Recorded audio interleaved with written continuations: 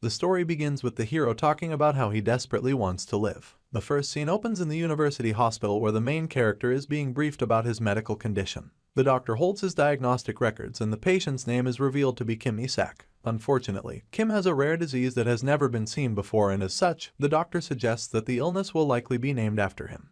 To show how terrible the situation is for Kim, the doctor suddenly starts offering his condolences while he's still alive, and then goes on to reveal that he likely has only half a year to live at this rate.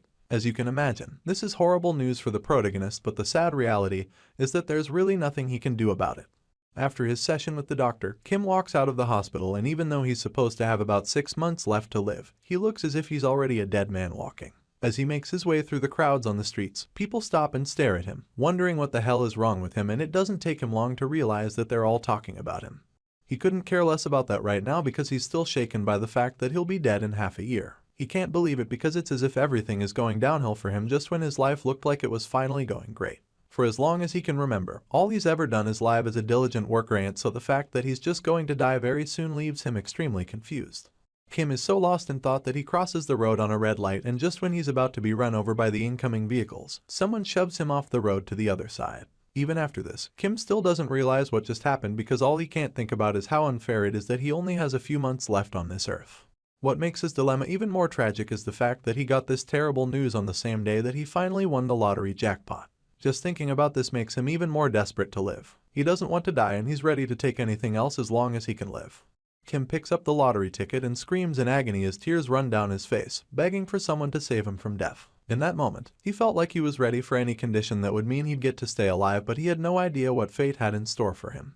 Kim desperately wanted to stay alive, but he never expected what would follow. It turns out that in order for him to stay alive, he was reincarnated as a monstrous skeleton. He definitely didn't see this coming and also never suggested that he would be okay with such a transformation. Unfortunately, of all the things that he could have reincarnated into, he ended up being a bald skeleton. It's a really bad one for him because he doesn't even think that he can enjoy the best parts of this body. After the reincarnation, Kim finds himself being forced to battle and kill horrifying monsters in another realm. He's equally a terrifying creature now, and this transformation also granted him some really impressive battle skills along with a mastery of swordsmanship. Here, he's determined to kill all of the monsters, and after taking out several of the beasts, he's finally faced with the last one. By killing the last monster, he successfully completes his mission to exterminate the rebellious forces. This is all pretty unexpected for a person who found out he had only months left to live a while back, so how did Kim end up in this situation? Well, it all started after he was reincarnated as a skeleton, an inferior class summon monster which allowed him to evolve into an undead also known as a lick. This reincarnation brought him to another realm where he became recognized as the Undying Sovereign. He brought prosperity to the demon kind, who were on the brink of ruination before he arrived. As such, the demons adore him, which flatters him a lot because even though he's bald, at least he's the great demon king in this realm. The demons shower him with praise, talking about how his name alone sounds great and evil. It's at this point that we discover that Kim actually goes by King Isak in this realm, but it turns out that he's not really a fan of this name. Apparently, he's gotten tired of telling these idiots that his name is Isak since they've refused to get it right. The Demon King sighs in frustration as he laments about how his numbskulls can't even pronounce his name properly. Fortunately, he won't be seeing them for a while because him completing the last mission means that he can now leave this realm. He bids his demon subjects farewell, and they're shocked to hear that their king is leaving. They ask where he is going, and he informs them that he's leaving to go get what he is owed. His final goal is to be able to eat and even feel pain, and this can only happen if he becomes human again.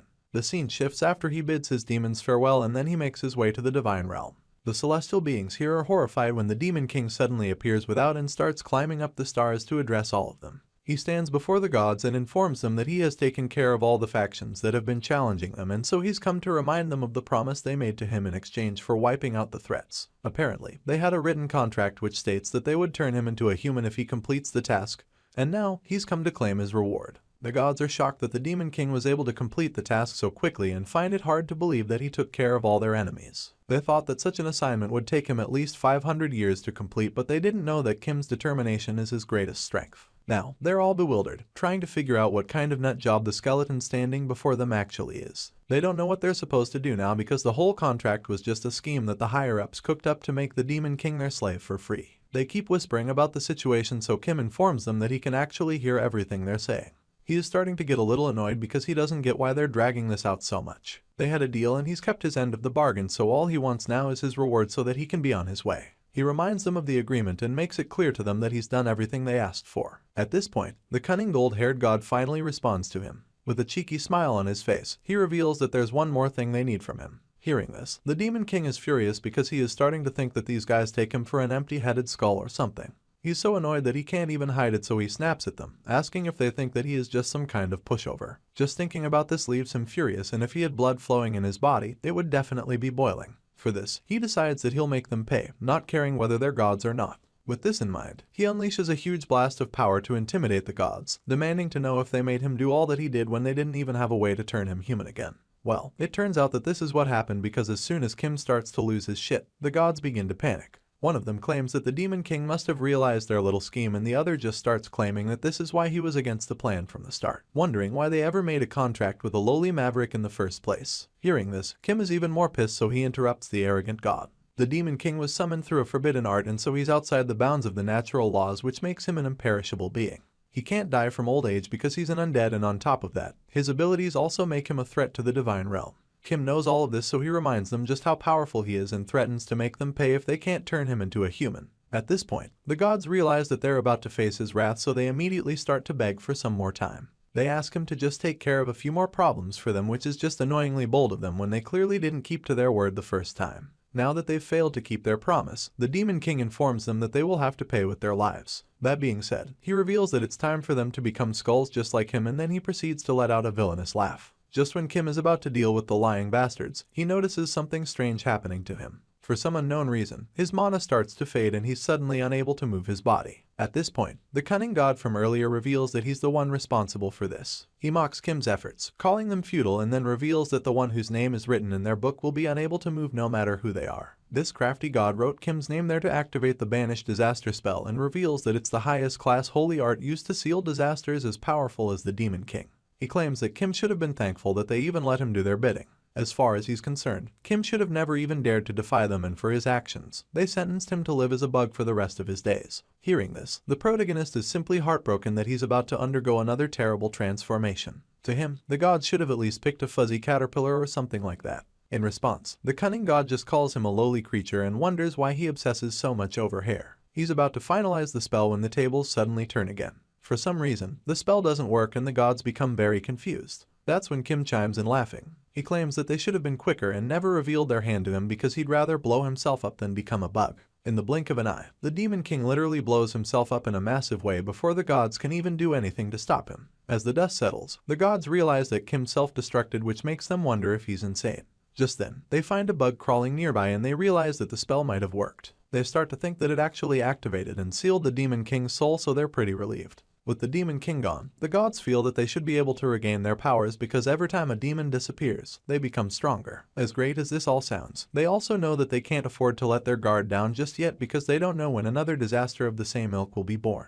That being the case, the cunning god decides to create a perfect vessel of a saying in the human realm in order to exterminate every last demon there is and make sure that no disaster like the Demon King ever threatens their existence again. Hearing this, one of the junior gods asks the oldest one if he'll be okay because such a spell would exhaust a lot of his powers. However, he tells the guy not to worry about him and instructs him to select a proper soul to put in the body of the saint. As for the skeleton Demon King, who he believes is now a bug, he decides that he'll torture Kim for all of eternity. While that's happening, the scene shifts and everything goes dark. Here, Kim wakes up and starts to think that he might have lost his mind. He can't believe that he was conned by those gods and assumes that he must have gotten stupid because he was literally a brainless skeleton.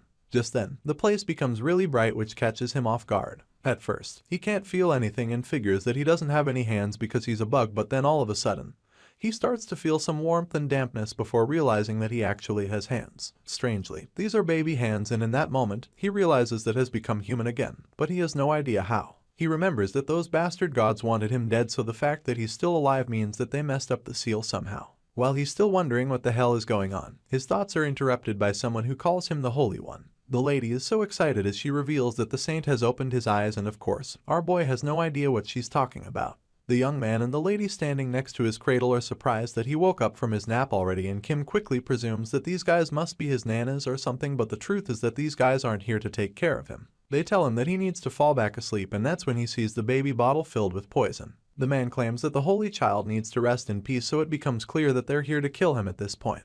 Kim is horrified by this, but all he can do as a helpless baby is cry because he has no idea why he has to die again when he only just got reincarnated. The story continues with the evil nanny trying to force the bottle into Kim's mouth. Just when he tries to feed our little hero the poison, the baby turns his face to the side and literally uses his hand to shove the bottle away. The nanas are stunned when they see this and they can't believe it. They can't understand why the baby isn't eating, and while they're still trying to wrap their heads around this, Kim just turns to the side and pretends to fall asleep. He only just became human again, so there's no way in hell that he'll allow them to feed him such a suspicious substance so easily. As much as he'd like to remain alive in the human realm, another thing that really bothers him is the fact that he doesn't even know how he got reincarnated as a human baby in the first place. He still doesn't know what happened with the gods back in the divine realm, so the current situation is still pretty baffling for him. Just then, the nanas start begging him to eat like the baby he is and try to trick him, but their cover is blown when they suddenly refer to him as Suryazek. Kim's eyes widen in shock when he hears this, and he instantly shoots up from the bed, wondering if he just heard right. Sure enough, he did, and he quickly realizes that this is the same name that he was called in the other realm because people there couldn't pronounce his real name correctly. This is the name that the gods used in the banished disaster spell to seal him away, so he figures that the reason why the spell didn't work on him was because they spelt his name wrong. That's why he didn't get sealed away and instead got reincarnated into a different body with the same name. He's so excited when he realizes this because he's now sure that the foolish gods failed to seal him away for good, even though they thought that they had gotten rid of him. His little celebration is cut short when the nanas suddenly start forcing him to take the poison in the bottle. They try to hold him down, but he resists them. Unfortunately, his baby strength isn't enough, so they overpower him and finally get him to drink the green juice. As he suspected, the stuff tastes very bad, and he immediately confirms that it's a vegetable-flavored drink after only a few sips. Just as he feared, the strange juice starts to affect him, and all of a sudden, he can feel something ominous entering his body. His vision starts to blur, and the last thing he sees before everything goes dark are the nanas' sinister smiles. The scene shifts after this, and we're suddenly taken to the Holy Empire Hela Central East Temple. Here, we get to see the mastermind behind the assassination attempt on the baby. A shady-looking priest is seen walking down the hall as he thinks about how the baby must be meeting his end right about now. His thoughts are suddenly interrupted when another man talks about how lively he seems today. This blonde-haired noble is actually the emperor of the Holy Empire Hela,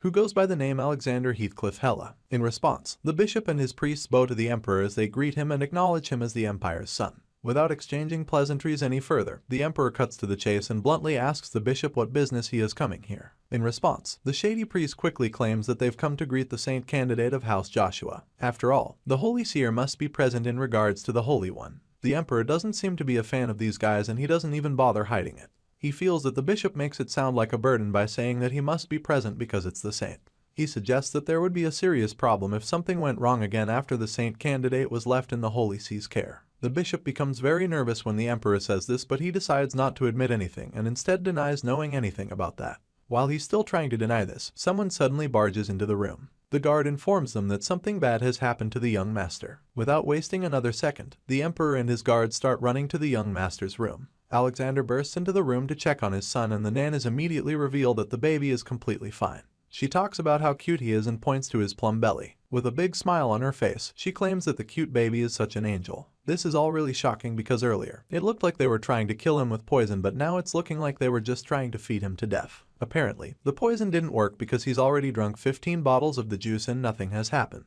As you can imagine, the bishop who masterminded the whole thing is shocked when he sees this. He can't believe his eyes because he thought that the baby would be dead by now. The evil priest can't even wrap his head around it because the boy shouldn't be alive after drinking so much of the poison. After all, he knows better than anyone that the content of those bottles isn't just vegetable juice. Nobody knows how the baby survived, so let's rewind a bit and find out what exactly happened. Well, it all started a few minutes ago when the nanas gave him the drink for the first time. He started feeling dizzy, and he could also sense the ominous energy entering his body. It was only after a few sips that he realized that it wasn't just any ordinary poison. It's actually holy poison, a devastating poison that destroys the holy power of the members of the clergy. It doesn't have any immediate effects, but because it's poison, it becomes deadly if too much accumulates in the body. With that being said, the fact that he drank 15 bottles already without being dead is just insane. Well, it turns out that there's a small tweak regarding the poison. Apparently, the poison is made from the mana of demons, so as a former demon king, this is just perfect for him. Giving things made from mana to a demon like him is amazing for him. He decides that he'll eat up all of the poison because as far as he's concerned, it's mana baby food. He likes it so much that he starts asking for more, and the clueless nanas just keep pumping him with the poison, thinking that they're getting closer to killing him. The baby enjoys it so much that he literally gives the baby a thumbs up while drinking it. The mana absorption is perfect for him, and after he's done with it, He starts to think about what he needs to do from now on and decides that he needs to enter the world beyond the conscious mind. Kim wants to explore the deepest part of the unconscious world and get to the source of it so that he can create the mana core. He believes that this place is safe for him, so he gets right to absorbing the mana that he's been fed with. Our boy starts by putting the mana that he absorbed into the mana core since he needs it to be able to use magic later. As such, he starts preparing, but then all of a sudden, a huge explosion ruins everything for him. He's so shocked because that wasn't supposed to happen. After the explosion, he sees a bright white light revealed, which leaves him pretty confused. As far as he knows, a mana core should be one of the 3 primary colors, so he doesn't get why it's white. Besides the color, he feels that there's even a bigger problem, which is the fact that so much power is contained inside the small core that isn't even fully formed yet. It's pretty baffling, but it's also good for him because it appears that the result of his mana absorption is even beyond his expectations. He attempts to go closer to the powerful mana core, and with each step, all he can do is wonder just how many blessings were crammed into this young body of his. He's so impressed and feels that he might even be able to become a much greater monster than he imagined if he manages to grow with this power. As he finally reaches the bright white core, he sees his new name, Isaac, boldly written on it, and without any hesitation, he pushes the survive button beneath it. It reminds him of the desperate desire to survive that was engraved within his soul. Back in his previous life, he wanted to survive no matter what, and in the end, that became the genesis of the Skeleton King. That made him able to create special original buffs and skills. And now, those skills were inherited by this new baby body, which is absolutely amazing for him. Back in the human realm, we see that baby Isaac is now fast asleep, and the evil nanas are anxiously watching him to confirm if he's finally dead after pumping him with several bottles of poison. After staring at him for a while, the lady tells her partner in crime to check the baby and confirm, but Isaac suddenly raises his hand in his sleep, which almost gives the nanas a heart attack. To their surprise, he literally asks for one more bottle of the green juice, requesting that it be stronger than all the ones before. The flashback scene finally ends and we're all caught up with the present. Now, Alexander is in the room as well, and he's pretty relieved to see that nothing bad happened to the child. If only he knows that the saint nearly got assassinated not too long ago. While most people around are relieved, the bishop is extremely nervous now. He notices Isaac staring at him from the cradle, and this makes him very uncomfortable. He knows what the evil priest was in on his assassination attempt, but he decides to play it cool. He feels that he can't afford to be suspicious no matter what, and decides that it's best to just keep a smile on his face and act like he has no idea. So, he does just that and starts smiling all of a sudden, which also manages to piss the bishop off. He's furious that the baby is still laughing because he expected that the child would have been dying as he coughed up blood. The scene shifts and we're taken a few days back at the headquarters of the Holy See. Here, someone reveals that whoever becomes the saint will possess the Holy Empire, and while most people in the story are okay with this, there are those who are not too happy about it. A certain long-haired character is particularly irritated by the thought of those pesky noble families having declared that one of their children to be the saint. He complains about this to the bishop, who seems to be one of his loyalists. The priest tells him not to worry and assures him that they're dealing with the other saint candidates. Hearing this, the man is pleased, but then he also admits that he heard a very unpleasant rumor earlier. Apparently, he also found out that a saint candidate appeared from House Joshua, and he's very annoyed just thinking about it. He's so pissed that he almost crushes the wine chalice in his hand. He knows that House Joshua is the emperor's right hand, so that's some really tough competition. The bishop gets really nervous at this point, claiming that there's nothing they can do about it because he feels that the baby died before they got there. This desperate noble is actually Harry Barrett, the cardinal and head of House Barrett. He reveals that he acted first to ensure the child's death, but now he needs someone to verify the corpse for him. Harry made an attempt on the child's life because he wants to make sure that the saint can only come from his house. As the flashback ends, we see the bishop boiling in anger as he sweats profusely. Lord Barrett told him that the child would be dead, so he doesn't get why that's not the case. The situation is bad for him at the moment because he knows that he can't go back to Harry with such bad news. Alexander admired the boy in his cradle, pointing out his shiny platinum blonde hair, which is the same color of hair that the emperor's found had. He expects the bishop to agree with him, but the priest just tries to advise him against such blasphemy. At this point, Isaac realizes that the man standing above his cradle is the emperor, and he's so taken aback. Alexander continues to admire the child, claiming that he even looks closer to God than the current pope. That being said, he concludes that Isaac must be the final saint candidate, and the moment he says this, our boy is absolutely stunned. He had no idea that he was the saint candidate, and he's finally starting to understand what's been going on. As you can imagine, the bishop isn't happy to see that the emperor is already favoring this child, and so he decides that he can't let it be. With this in mind, he comes up with a mischievous plan and requests permission to inspect the child. Alexander is reluctant to let this happen, so the bishop insists that something is odd about the boy, claiming that there's no way a baby could finish all that vegetable juice. Still, the emperor doesn't get what's so strange about that. While the bishop is working hard to execute his plan, our boy just lies there, wondering how he could be the saint candidate when he was literally the demon king not too long ago. The priest once again requests permission to inspect the child, but the emperor tells him that he can only proceed when someone from House Joshua arrives. At this point, the bishop becomes desperate, and while he's still trying to convince the emperor, our boy accidentally releases some demonic energy from his body. The moment that happens, he already knows he's busted, and sure enough, the sharp bishop senses the demonic energy. He informs the emperor of his discovery and suddenly becomes really confident that he'll successfully ruin the child's chances. Isaac sees the twisted look on the bishop's face and instantly realizes that the bastard noticed what happened.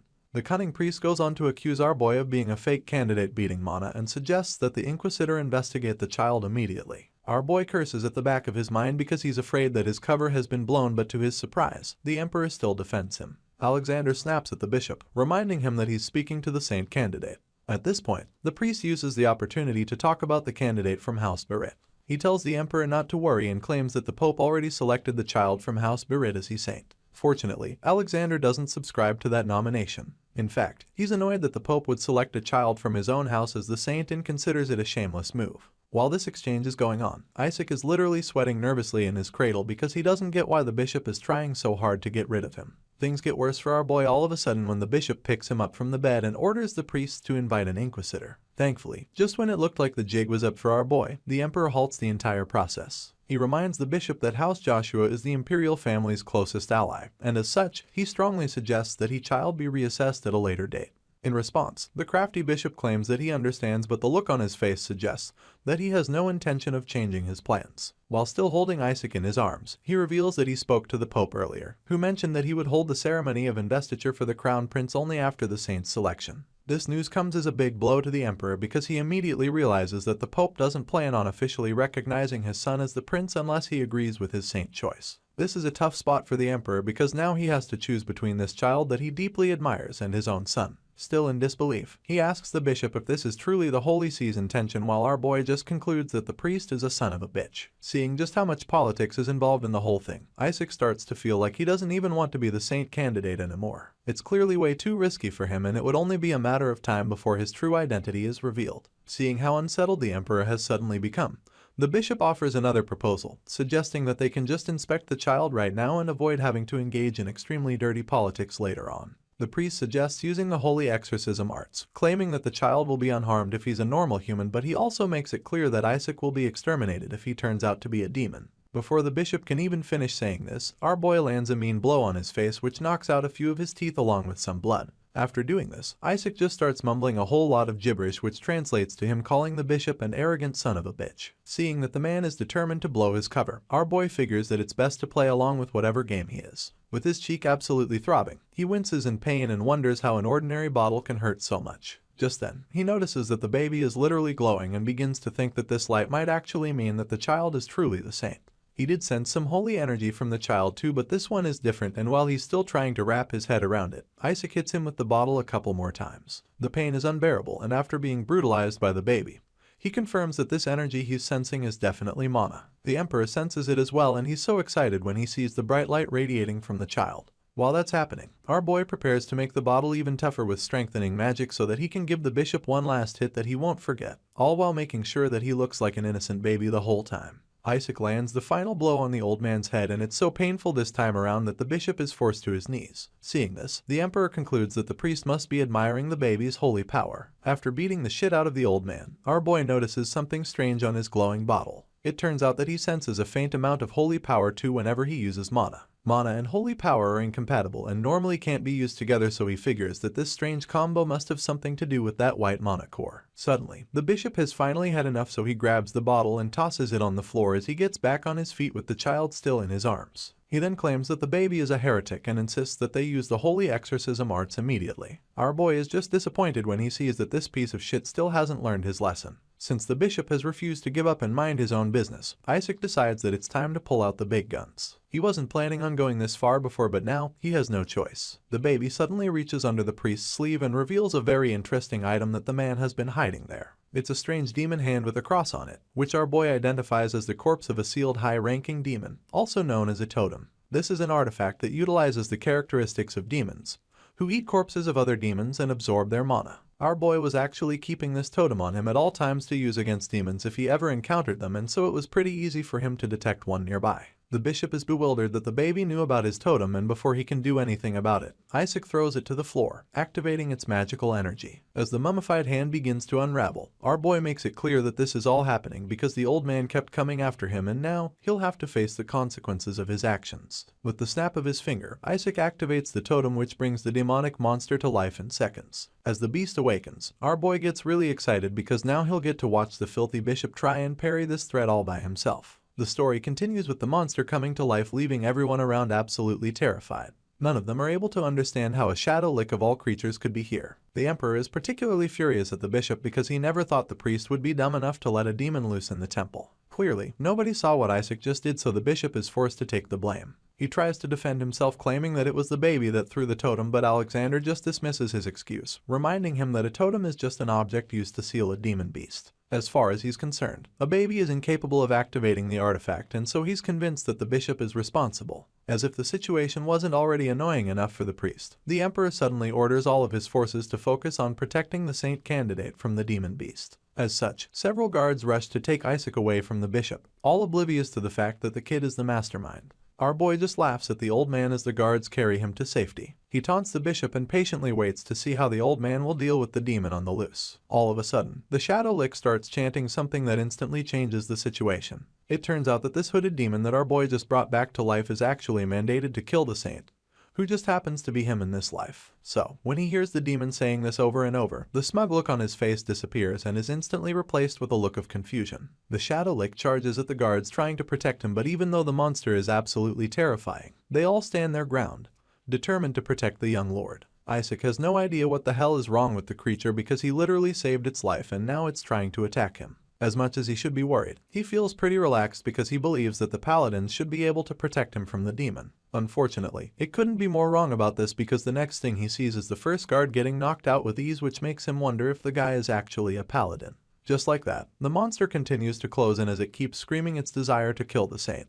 The demon wipes out the guards easily and doesn't take long before it's just Isaac and the last paladin, who looks like he's about to shit his pants. At this point, he subjugates the demon first before it kills everyone in the temple. After all, no one would notice him using his demonic magic in a situation like this. He feels a little disappointed that everyone is trying to kill him in this new life and you only just got here. He's even more annoyed at this shadow monster because he is the one who brought it back to life and yet it's trying to kill him. Just when it looks like it's about to finish him off, he uses a powerful spell on the foolish shadow lick and instantly reveals his true demon king nature to it, leaving it terrified and subjugating it instantly. The creature holds its attack at that moment and our boy follows up with another huge expression of his magic. He starts glowing brightly and the magical energy radiating from his body is so powerful that it leaves the emperor and everyone else watching in a daze. They're bewildered by his power and the shadow lick is also overwhelmed by it, so much so that it tries to make a run for it.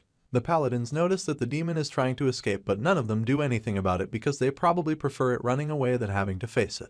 After the shadow lick escapes, the emperor and his guards immediately conclude that the young lord just used holy power. They just witnessed Isaac drive a greater demon out of the temple with his magical power, and this just makes Alexander even more endeared to him. The guards surround the child and begin to shower him with praise. The one carrying him claims that the boy is so amazing at such a young age, and the other states that it's just the kind of thing expected of the young lord. While they're all drooling over him, the baby in question suddenly notices his glowing with even more magical energy and he finally realizes that this is actually holy power. It's really baffling for him because this can only mean that he's run out of mana. Either that's the case or this strange body is somehow turning his mana into holy power. Isaac isn't too happy about this development because he doesn't know how he's going to accumulate mana now, and that might be a problem because the Holy Empire already lacks mana. While he's still pondering on this, the bishop regains consciousness. The guards try to help him up but he just snaps at them and keeps trying to go after our boy. He insists that the child is a heretic that uses the powers of demonkind and he's furious that such a person made it into the Holy Empire. Even after everything that has happened, this bishop is still determined to prove that the kid is not the true saint. He's ready to do whatever it takes to make sure that the emperor agrees with the pope's choice, so he offers to prove that Isaac is a demon and uncover his real identity with an exorcism. As you can imagine, the emperor has had enough of the priest trying to discredit the not-so-innocent baby. He's pissed that the bishop is accusing the saint candidate of being a demon, and on top of that, Alexander still thinks that he's the one that let the greater demon loose in the temple. With everything that has gone down today, the Emperor makes it clear that he will not let this matter go. Right now, he doesn't even care if the old man is from the Holy See. Seeing how mad Alexander is, the bishop begins to panic because he knows that it won't take long for him to find out about the infiltrator if he becomes suspicious. If that happens, then the Holy See could also be in trouble, so this cunning priest decides that he must do anything to take responsibility for what happened so that he can protect his family, even if it means that he'll be executed. The only way you make sure of this is by killing the saint candidate of House Joshua and taking the fall, and he's determined to do this. With this in mind, he activates his blood spirit animal and charges at the baby. Our boy sees the incoming attack, but he's not bothered in the slightest. In fact, he just looks disappointed that the dumb bastard is finally showing his true colors after so long. He also finds it really shameful that the bishop even thinks that he can kill the former demon king with such a weak attack. Well, this is what our boy is feeling until he suddenly remembers that he no longer has any mana left on him. His eyes widen in horror as the realization hits him, because now it's almost too late for him to do anything or come up with another plan. All he can do now is watch as the massive wolf monster charges at him with blistering speed. Just when it looks like his time in this body might finally be up, a magical attack comes out of nowhere and incapacitates the bishop. Our boy is surprised to see this because he has no idea where that counterattack just came from. While he's still trying to process what just happened, a white-haired figure appears, demanding to know who dares try to lay a hand on the direct lineage of Joshua. It turns out that this guy who just saved our boy is actually Rilai, the seventh son of House Joshua, who came just in the nick of time with the other knights. Seeing that the bishop was responsible for the assassination attempt, Rilai orders his execution. The bishop tries to resist, but the Joshua knight sees him immediately, so he just starts begging until he's dragged out of the scene. As for all the others in the temple, Rilai instructs them to show their manners, so they all bow down to pay respect to the young master of House Joshua. Afterward, Rilai apologizes to our boy for taking so long, and the kid is just amazed by the fact that the Joshua Knights are even better than the Imperial Knights. The seventh son reveals that he brought a little present for Isaac, and even before it's revealed, our boy starts wondering if it's gold. Unfortunately, it's not gold, and it also happens to be the worst present they could have gotten him, because it's literally a figurine of the Skeleton King being beheaded. As if that's not already disturbing enough, Rilai reveals that they also have a figurine of the Demon King being burned to death. That's not even the worst one, because there's also a figurine of the Saintess crushing the Skeleton King. As you can imagine, our boy would very much prefer to pass on these presents because they might actually give him nightmares if he keeps them. Anyway, since he can't talk yet, all he can do is stare at the toys with horror laced all over his face. The Joshua Knights must have missed the young master a lot while he was away, because they can't seem to get enough of his cuteness. While they're busy fawning over how pretty the baby is, all our boy can think about is how difficult it will be for him to survive in a crazy show like this that's obsessed with killing the Demon King in the most horrible ways. He's so lost in thought that he doesn't even realize when a tear runs down his face, and when the guards see it, they just conclude that he likes the figurine so much that he was pushed to tears. The knights are convinced that the young lord likes the present so much, but in reality our boy is just horrified by the thought of having to live with these guys. He can't even imagine how he's supposed to survive in this crazy family. While thinking about this, something crosses his mind all of a sudden. He recalls the Joshua name and realizes just how familiar it actually is. Our boy remembers that he's actually heard this name before in his previous life as the Demon King. It turns out that the saintesses that came to end him while he was a skeleton demon were actually from the Yusha family. They came after him several times, and based on what our boy remembers, they were all in Joshua something, so to think that he's actually from the family of the saintess is just crazy for him. Not only is he the saint candidate all of a sudden, but he is also a descendant of the same family that is obsessed with trying to kill him. Just thinking about this makes him wonder what wrongs he must have committed in his past life to be out in such a sticky situation. Our boy only got reincarnated, but he is already tired of these damn Joshuas. While he's deep in thought, we see that the Joshua Knights are still trying to deal with the evil bishop. The all-man keeps resisting, so the knights try to shut him up. Regardless, he keeps cursing at them, claiming that he knew they were all heretic bastards. He angrily asks them where they brought the baby from, and vows to uncover Isaac's true identity. Right now, the bishop looks like he's already lost his mind, because he's yelling at the top of his lungs with a deranged look on his face. He claims that they brought a monster into the temple and accuses the Joshua house of being insane. While he's saying all sorts of trash and talking about how the baby will end the Joshua bloodline, one of the knights unsheathes his sword and slits the bishop's throat in the blink of an eye. As you'd expect, this ruthless knight is none other than Rilai, who stands over the dying priest, telling him to be grateful for the benevolence of Joshua that spared his neck after he spouted that nonsense. Seeing what just happened, our boy is pretty taken aback because he didn't know that the knight was this useful. The guy literally slashed the bishop's neck just because he insulted the Joshua family. After witnessing this, Isaac is so surprised to see that the white-haired knight has the confidence to even take in the Holy See. Just then, one of the other knights comes around with a blindfold to cover the baby's eyes, feeling that the young lord should only have to witness good things and not horrifying stuff like an execution. Seeing how soft these guys are, Isaac is just a little annoyed. He feels that they're all crazy and starts to reconsider what he said about them being useful. The more he thinks about these guys, the more stuff he recalls about them. He suddenly remembers that the blue Joshuas were pretty strong and that his subordinates would freak out whenever they saw the blue ones. The knights in question are still trying to make the baby interested in the figurines, which just pisses him off. Before he can get any more frustrated, the emperor chimes in, stating that his family owes this baby a debt. After all, he literally just aced the temple from a deadly shadow lick. With this in mind, he calls on Sir Riley, asking him to tell the head of House Joshua that the imperial palace wants to raise the boy. Surprisingly, the white-haired knight doesn't agree with this idea. He feels that Alexander jokes too much, and while he's dismissing the suggestion, Isaac gets all excited by the idea of being scouted by the imperial palace.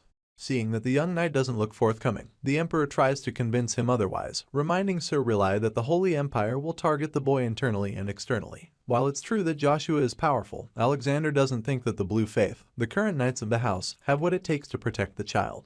The seventh son is taken aback by this, and for a second he is left speechless. This statement makes our boy very curious, and he begins to wonder what the emperor is talking about. Isaac leans closer so he can listen properly, and that's when he hears the emperor say that the Pope will disapprove of the boy. The color of his hair is symbolic of the ancestors of the Holy Empire, and that's not even the worst part, because the Skeleton King seems to be after the next saint candidate. All of this sounds pretty baffling to our boy because he's literally the Skeleton King, and if the emperor is right, then it means he would have to be afraid of himself, which doesn't really make any sense. His thoughts are interrupted when he suddenly hears Sir Riley apologizing to Alexander a second time. Apparently, nothing the emperor just said is enough to change his mind, so he politely insists that the child be raised by House Joshua.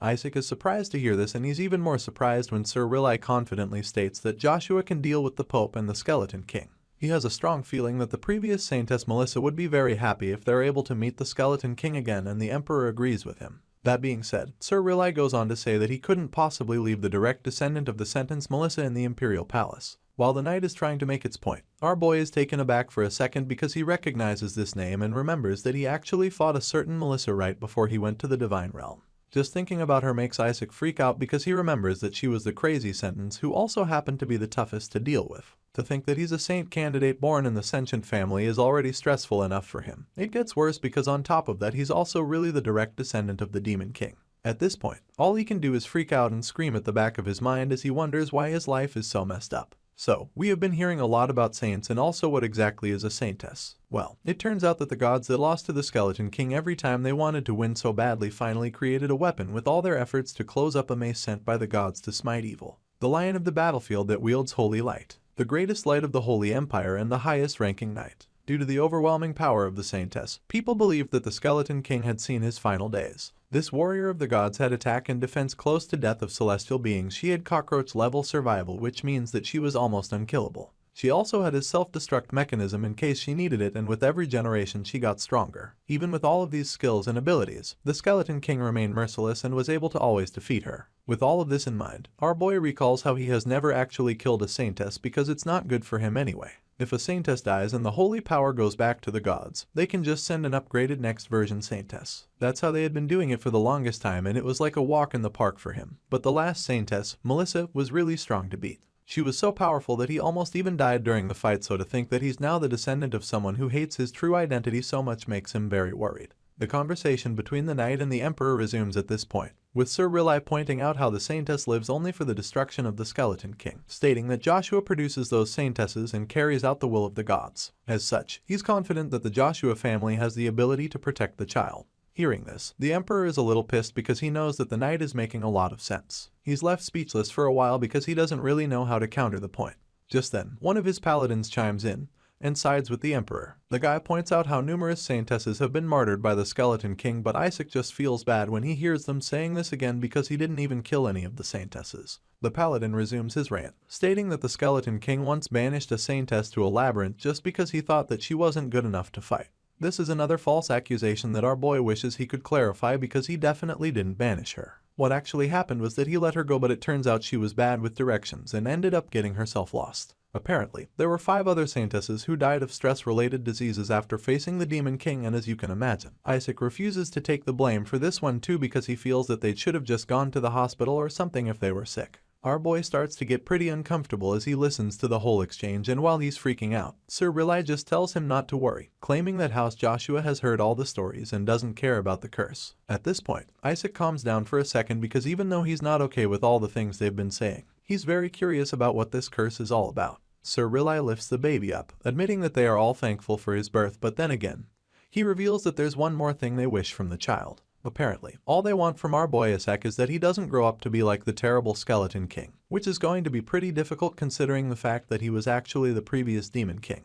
The pressure on him is something else, and even though he just got reincarnated into this world, he still feels that he owes his parents, who he doesn't even know yet, an apology because everyone already believes that he was a bad person. The Emperor is still determined to have the new saint candidate raised under his care, so he pleads with Sir Riley to reconsider his decision. It's been 150 years since the Skeleton King has been sealed away, and so the Emperor is afraid that the demons have become more powerful in that time. On the other hand, Isaac is just bewildered by the fact that it's been over a century since he was sealed away. He figures that Saintess Melissa must have died long ago since she was already 50 years old the last time they fought. Alexander continues his speech, talking about how the saint is a great asset for the Holy Empire to increase its power, and as such, he believes that the boy is also very important to the Imperial Palace too. Furthermore, there's no Saintess in Joshua currently because it's been a year since the last Saintess gave birth to the boy and disappeared with the father. For most people, the craziest part about this would be the fact that both parents ran away, but Isaac is more horrified by the fact that his mother was the Saintess. Despite Alexander's best attempts, the white-haired knight refuses to budge on his stand.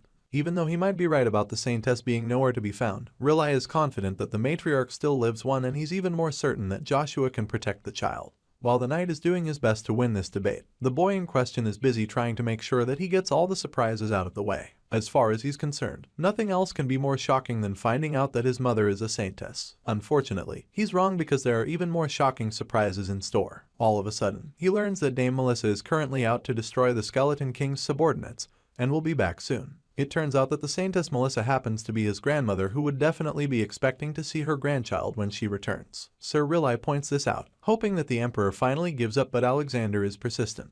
He feels that it will take a lot of time before Melissa is back, and while he's still talking, he notices Isaac acting weird. Apparently, our boy is freaking out because he just learned that his arch-nemesis is still alive after 200 years and now also his grandmother. Right now, our boy is pretty vulnerable because he's still just a baby, so he is afraid that he might get smited by Saintess Melissa if she finds out that he's the reincarnation of her greatest enemy. Other people might be okay with this discovery, but he knows Melissa far too well and knows that she's dangerous enough to take him out even though he's just an innocent baby. Knowing that he probably won't survive in the Joshua house, he makes up his mind to stay with the Emperor. All of a sudden, he starts leaning over to Alexander, gesturing for the noble man to carry him. Of course, the Emperor quickly reads this and suggests that Isaac wants to go to the Imperial Palace, but Sir Riley claims that the child is just being clingy and nothing more. With the baby now happily in his arms, he assures the knight that the Imperial Palace can provide a lot for the young lord. He feels that it's better for the child because even though Joshua has produced many saintesses over the years, they have never actually raised a boy saint, which means they have no experience with that. Unfortunately, Sir Riley isn't ready to let go of the child just yet. He pulls Isaac back and claims that the boy will grow up to become an exorcist knight that vanquishes evil. And since House Joshua is a family that raises the greatest exorcist knights, Riley is confident that the kid is in good hands. As for Isaac being the first saint ever, the knight reminds Alexander that the imperial family has no experience with that either. At this point, both men are desperate to keep the child and they start to forget their manners. They start dragging the kid like a toy, and our boy concludes that they're all crazy. The paladins on the side are extremely worried that the baby will be hurt real soon. Both men are fighting to decide the boy's future, but they don't even know that he's already made this choice. Isaac wants to go to the Imperial Palace because he wants to survive, and on top of that, he has been sensing the light of survival from the Emperor since they first met. With this in mind, he radiates the light to reveal his decision, and the Emperor is glad to see that the young lord made the wise choice. The scene shifts and we catch up with the bishop, who is about to be executed. The old man claims that he's innocent and insists that the child used mana, which means that he's a spawn of the demons. Unfortunately for him, the hooded men that he's kneeling before don't seem to agree with him. They remind him that holy power is from the gods themselves, and going by what he just told them, he's suggesting that the gods gave holy power to a lowly demon. Such a statement is blasphemy, so the leader of the group takes out his sword and advances toward him, which leaves the bishop terrified. He tries to explain that it was mana he saw and not holy power, but the executioner isn't any less upset. He reveals that the holy city calls that kind of talk blasphemy and then proceeds to take the bishop's head off with his sword. The leader of these hooded figures suggests that they form another assassination squad, but the young one feels that there is no need, since the emperor will want to take the child. He believes that they will have plenty of opportunities in the Imperial Palace. As the meeting goes on, our boy starts to sense that someone somewhere is talking about him, and that's when one of the hooded men concludes that the child will not survive this time around. The scene changes, and the next thing we see is that our boy is currently on his way to Joshua for some reason. He's being carried back there in a heavily guarded carriage, but he has no idea why that's the case since he clearly chose to stay in the Imperial Palace and not House Joshua. Well, it all started a few days ago, back in the temple when the Emperor and Sir Riley were desperately fighting over who would get to raise the saint candidate. In the scene, Sir Riley starts giving off a really blinding light, and the boy can only wonder why it's so strong. He is still in the middle of a debate, and then all of a sudden, the white-haired knight starts talking about how Joshua isn't a good environment to raise the child. He feels that the Emperor must think that they're a house that only houses monochores and the corpses of demons, but he wants to prove him wrong. Isaac watches carefully and starts to recognize this light as the survival origin shining. This would mean that he stands a better chance of surviving in Joshua than in the Imperial Palace. The knight claims that the most precious thing they have is the body of the skeleton king, and when Isaac hears this, he's so shocked. He can't believe that they have his body. As far as he's concerned, the knight should have started with that because that's definitely enough reason for him to follow them to Joshua. In the blink of an eye, he changes his mind and starts leaning over to Sir Riley, and just like that, he finds himself being transported to Joshua. During the journey, he looks out the window and starts to feel like he's giving up his life in the palace to go to the military, but then again it can't be helped since this will help him regain his old body. His old body is one that he refined and accumulated mana in, so much mana that it's enough to fight against the gods even. Isaac feels that if he can just get his body back, then getting to rank 10 will be nothing for him. Besides, it's the first time that he saw the light of the survival origin shine that brightly. For the lights to be that bright, he's certain that following this white-haired uncle to Joshua will definitely benefit him greatly in regards to his survival. Inside the carriage, one of the guards asks Sir Riley why the forces of the Holy See are still gunning for the young master. It turns out that the boy is also pretty curious to find out the answer to this because he doesn't understand why he is such a big deal to them. At this point, the knight reveals that it's because the gods have given the prophecy that the saint will be taken in as the son of a god. As you can imagine, this is really shocking news to the boy. This means that Isaac will become the next pope, and the knight confirms this, claiming that this is the reason why House Berit is so desperate to birth the saint. Isaac starts to freak out a little thinking about what he just heard. The Pope happens to be the strongest cleric who uses rank 10 holy spells. He is practically the king of all clerics and paladins, and an absolute being whose power rivals even that of this holy empire's emperor. House Berit, happy birthday to the Pope for 4,000 years. But now that the Pope's position will be taken by a saint, it's understandable that they would be up in arms as well. Just then, the two men in the carriage are interrupted when the driver comes around, informing them that they've encountered a problem even though they've arrived at the duchy. Apparently, the gate is being blocked by a few guards led by a ginger-haired fellow who tells the visitors that they will not be entering the duchy. Sir Riley is furious when he hears this, so he jumps out of the carriage as quickly as he can to give the guys out there a piece of his mind. The white-haired man is extremely angry at David and dares to say that they do not recognize the insignia of House Joshua. At this point, it's pretty obvious that these men are intentionally blocking the way because they actually know that these travelers are from House Joshua. The reason why these guys are not going to let them enter is the fact that they need to eliminate the child when they inherit the blood of the saintess. In the blink of an eye, these guards are revealed to be powerful demons who set this trap to intercept the knights and kill the baby. When the paladins realize that they're being ambushed by demons, Isaac is extremely annoyed. And not just because they're wasting his time, but also because he clearly remembers putting a ban on attacking human territories while he was still the Skeleton King. He figures that this behavior must be the fault of the new demon king that came after him. The ginger-haired demon calls out the humans, and then reveals that their glorious king has commanded that all saints and saintesses be killed. Hearing this, Isaac confirms that a new demon king did take over, but then he's shocked when he hears that they've come to kill the saint in the name of the great Lord Isaac. This catches our boy off guard because it means they're still his subjects, but the problem here now is that he doesn't remember telling these bastards to do anything like this. The leader of this demon gang tells the knights that their lives might be spared if they just hand over the child. Being a man of action, the knight's response to this threat is blasting one of the demons into oblivion. As the ashes fall to the ground, the leader of the demons calls him a cowardly paladin. But he finally speaks up and promises the guy that he won't be dying an easy death from speaking such nonsense in front of him. He points his glowing sword at the demons and sternly tells them to listen closely. Sir Riley vows that Joshua will destroy all evil for the sake of protecting all the small things in this world. And just like that, all the other knights of the Blue Faith follow his lead and lift their sword. They vow to chase the demons to the ends of hell and destroy every last one of them, including their wicked Skeleton King, who is now forcing his subordinates to their deaths just because he wishes to escape morality. Of course, the demons are pissed that the humans would insult their demon king Isaac like that, so they charge at the knights to begin the battle, claiming that everything they're doing is for the demon king's revival. As soon as Sir Riley sees the attack coming, he jumps out of the way with the child before the demons can get to them. The knight begs the young master to forgive him for the chaos, but all our boy can think about right now is who the hell is impersonating him. The knight carries our boy to safety and then hides him in a bush to keep him safe. He tells Isaac to wait there for a while and then creates a protection barrier around him. Our boy runs his hand on the shield and realizes that even high-ranking demons won't be able to break through it, so he admits that it's a pretty impressive spell. The fact that nothing from the outside can get in also means that anything inside the protection barrier can't get out.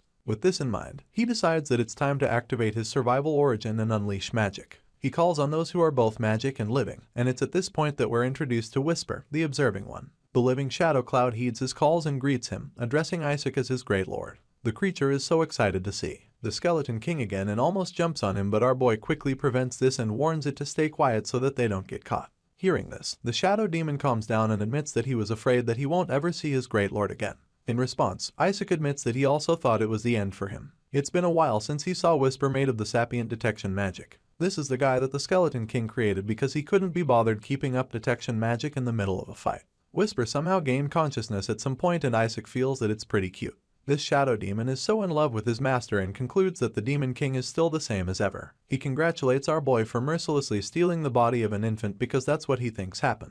Of course, our boy doesn't really appreciate this assumption, but Whisper doesn't seem to care. He's quite pissed that those dirty bastard gods dared to touch his master and put him in a disgusting baby's body. At this point, Isaac gets fed up with the blabbermouth, so he tells Whisper to just focus on looking for enemies. Without any hesitation, the demon initiates enemy detection. He checks the 100-meter radius in his current state and finds out that there are a total of 88 enemies that are all demons. That's a lot of enemies, but Whisper is confident that none of them will be able to lay a hand on the Great Lord. On the other hand, our boy is a bit worried that there are that many because it's almost like they're trying to start a war. Isaac feels that it will be troublesome if the security in this territory increases. It will be even more difficult calling for his subordinates as well. At this rate, he is afraid that he has no choice but to deal with them himself before they're noticed by House Joshua. Even if he has to use all the mana he's accumulated until now, our boy is determined to deal with these enemies. While he's still bracing himself to join in the fight, Whisper suddenly senses something strange. It turns out that the enemy count decreases to 51 so quickly. The shadow creature reveals that the enemy forces are rapidly being culled.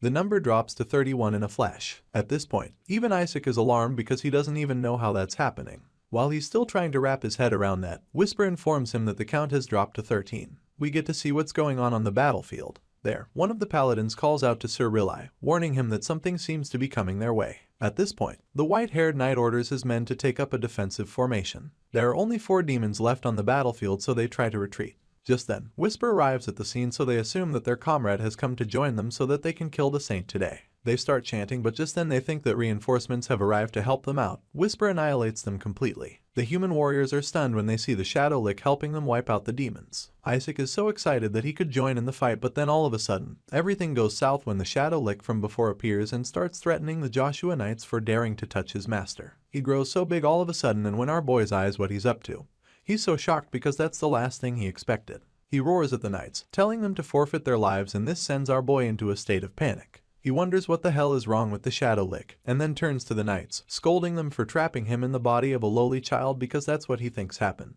Since Isaac was the one to free him, all of Shadow Lick's twisted affection for him suddenly exploded. The Joshua Knights are so terrified because they have no idea what the hell is going on, and that's when the Shadow warns them not to even look at the boy with their disgusting eyes. He threatens to tear their eyes out if they even think about looking at Isaac. At this point, you would think that our boy's cover has been blown, but it turns out that the humans aren't able to understand the Shadow Lick because he speaks a different language. Our boy enters the scene and realizes that this bastard has figured out that he's the Skeleton King. It's annoying, but he also admits that the guy's effort in following him is commendable. As you can imagine, the Joshua Knights are not intimidated by the massive Shadow Lick. Sir Rilai orders his men to prepare for battle, and they do just that. Meanwhile, Isaac is afraid that this Shadow Lick will destroy his lifeline, which is his super rich mana core. He tries to relay the message, but it just comes off as babbling, and Sir Rilai can't understand him either. The white-haired knight tries to comfort the young master, telling him to stay calm while he resolves the threat. He's interrupted when the Shadow Lick starts laughing all of a sudden. The big black creature is so excited that his master has finally recognized him. Seeing this, one of the other knights becomes pretty nervous because he's afraid that the Shadow Lick is displaying hostility. Just as they suspected, the creature suddenly charges at them, but it's not actually trying to kill them right now. Its main target is Isaac because it wants to save the boy from the seal. Before Sir Rilai and the others can even do anything to intervene, the Shadow Lick reaches Isaac.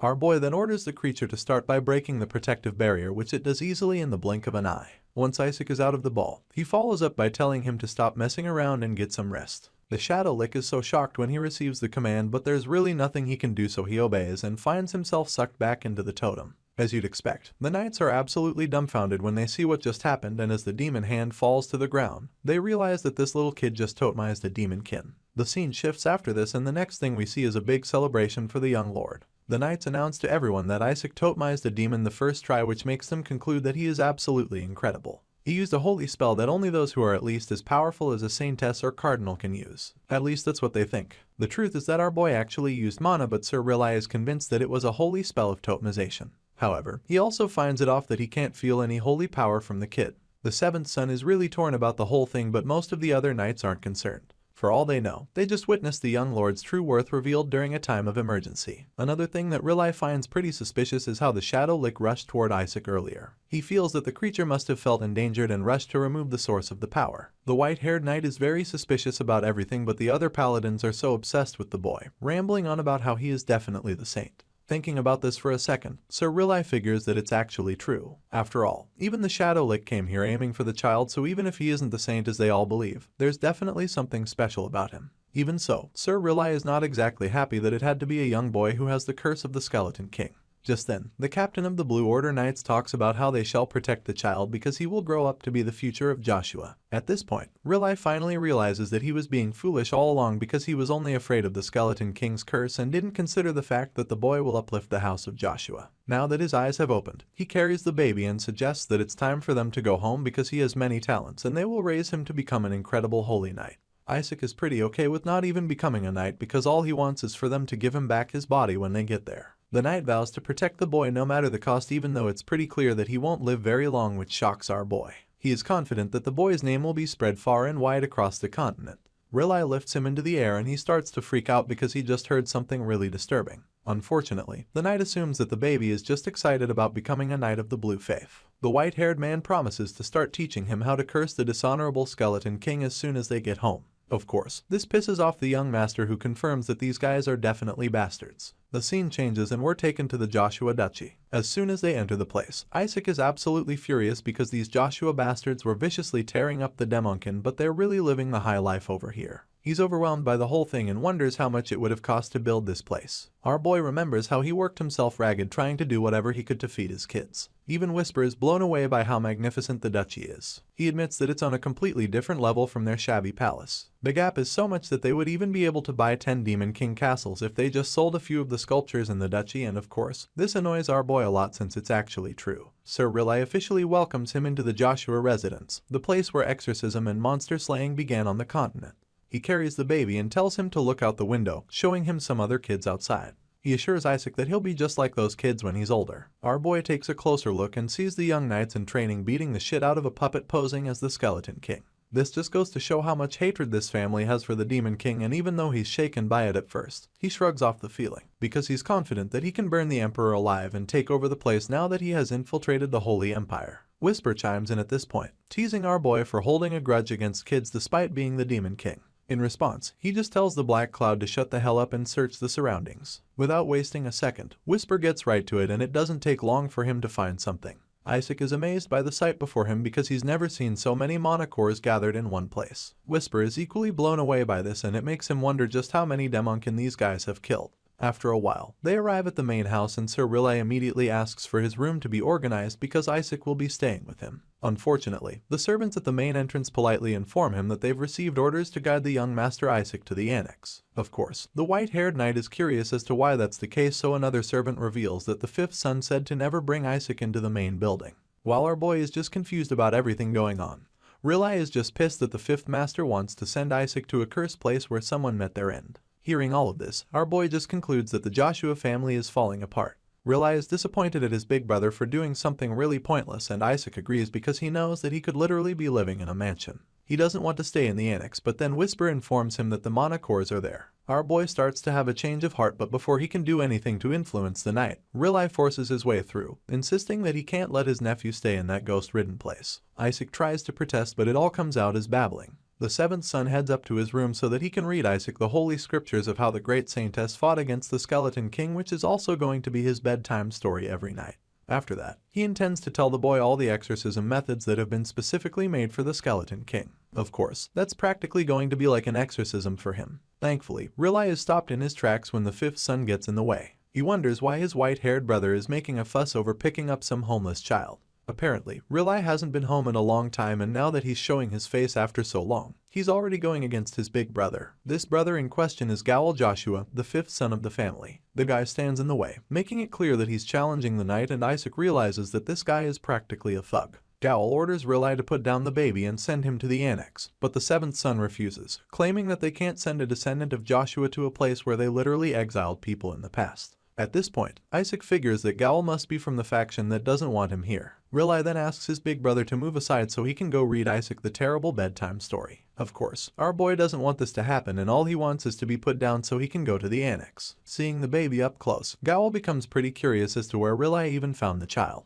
He stares at Isaac with a twisted look on his face, claiming that the boy is not a descendant of their family. Our boy starts to get quite uncomfortable and wonders if the guy is a member of the clergy or if he is just a delinquent.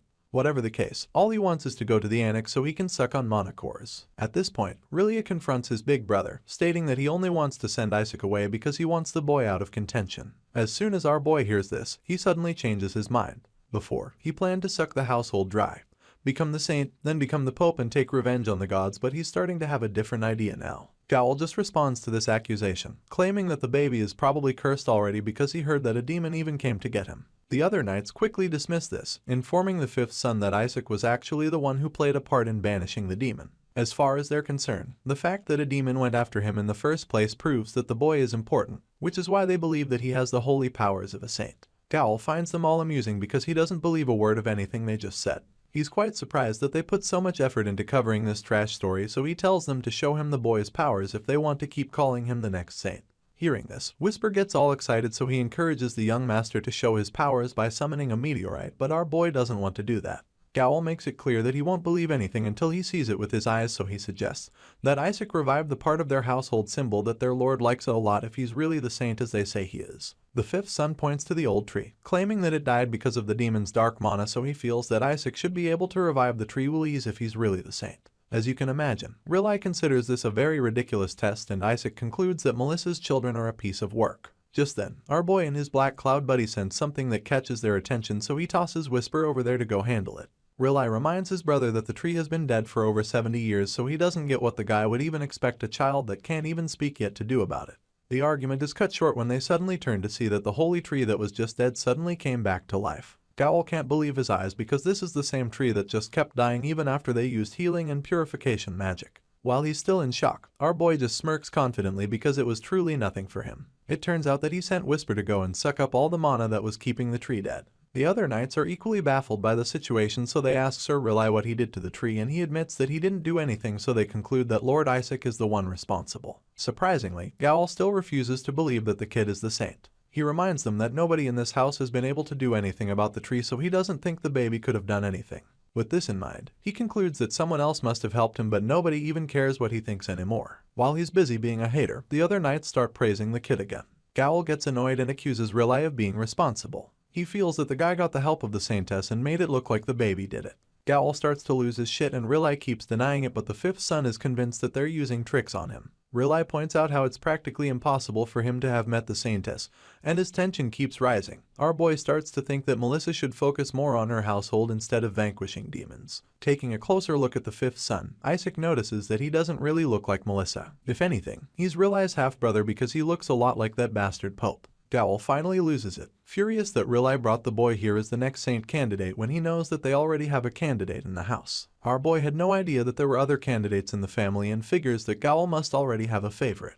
Whisper finds this all really exciting, so he encourages Isaac to compete with the other candidate. But our boy is more worried that the other candidate might be very wicked if Gowel is the one backing him up. Riley responds to his brother's rant, suggesting that Gowel leave Isaac alone since he's the son of their eldest brother and also has the right to lead this house. The fifth son almost feels insulted by this because he has no intention of letting the son of his cowardly first brother who ran away lead them. At this point, our boy starts to realize why he's being treated like an outcast when he hasn't even done anything wrong. Gowel didn't know that the baby was the son of the saintess until now, but he still isn't convinced that the child belongs to their brother. As far as he's concerned, the baby looks more like the saintess, and so he suggests selling Isaac off to continue their bloodline. Riley finally has enough of Gowl's nonsense, so he punches the guy right in the face. While things are getting even more heated, Isaac seems to be enjoying the whole thing, especially since he's getting a lot of useful information. Riley pounces on his big brother, prepared to beat the shit out of him for spouting that nonsense, but the guards quickly step in to separate them. Seeing how chaotic the family is, our boy concludes that it's going to be really easy for him to take over. He's so excited about it, but Whisper just reminds him that he'll probably go down with the family since he's now one of them.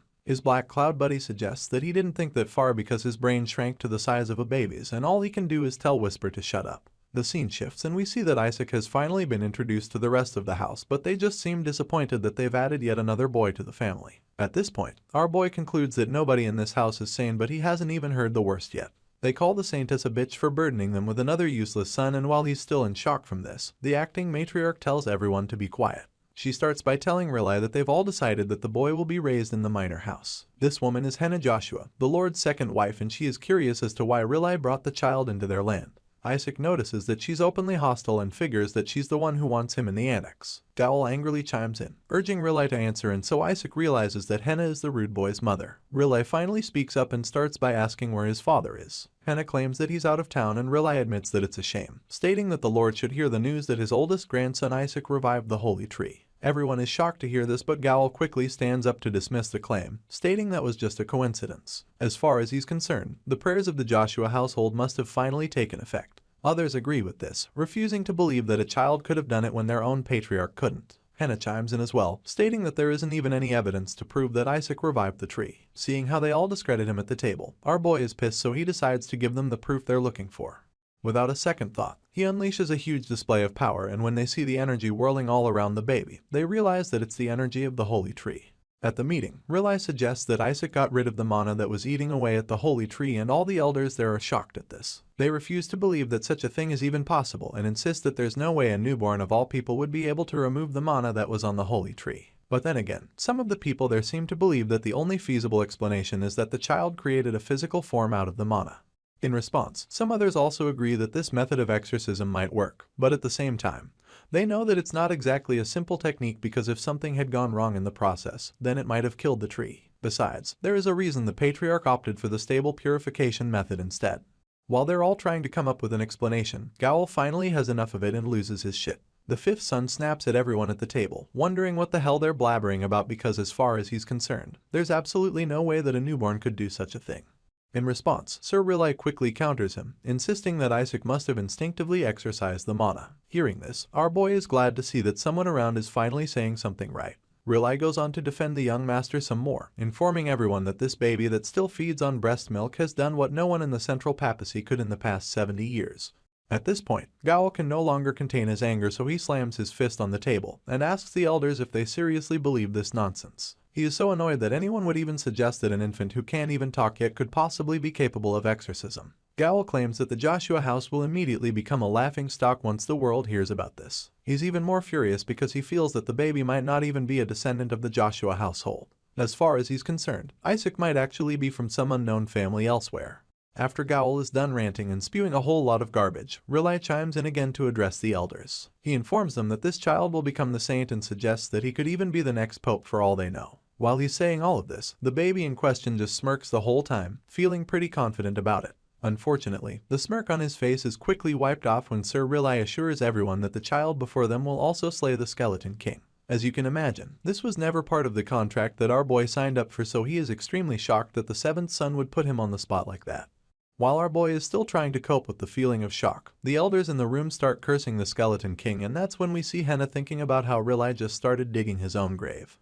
With this in mind, she finally rejoins the conversation, stating that they should test the baby since Riley is so confident about him. Before the knight can even say anything, the acting matriarch requests the use of the divine relic storage, and judging by the ominous aura she exudes, it's pretty clear that the test is an arduous one.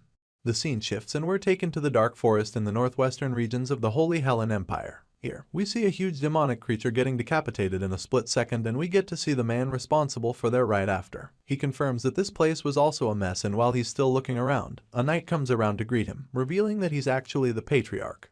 He asks the knight what the matter is and learns that his proxy has requested to use the divine relic storage. In response, the patriarch reminds the knight that the sancticides are not allowed to use it, and that's when finds out that it wasn't the sancticides. The knight goes on to inform him that his grandson revived the holy tree, and that the proxy wishes to see if he has the qualities of a saint.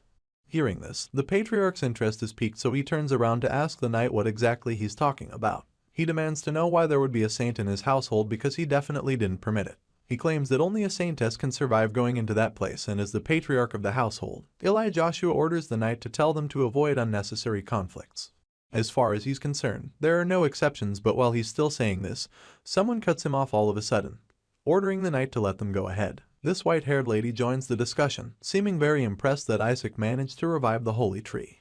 It turns out this lady in uniform is actually Melissa Joshua, the real matriarch and former saintess. Out of the blue, she suggests that they put all or the saying and saintess candidates in the storage since they're opening it after all. The knight is horrified by this idea and asks to confirm if he just heard right. As much as Melissa would like this idea, the knight is afraid that a child of another household might take something good from the storage, while Eli is just dumbfounded by everything he just heard.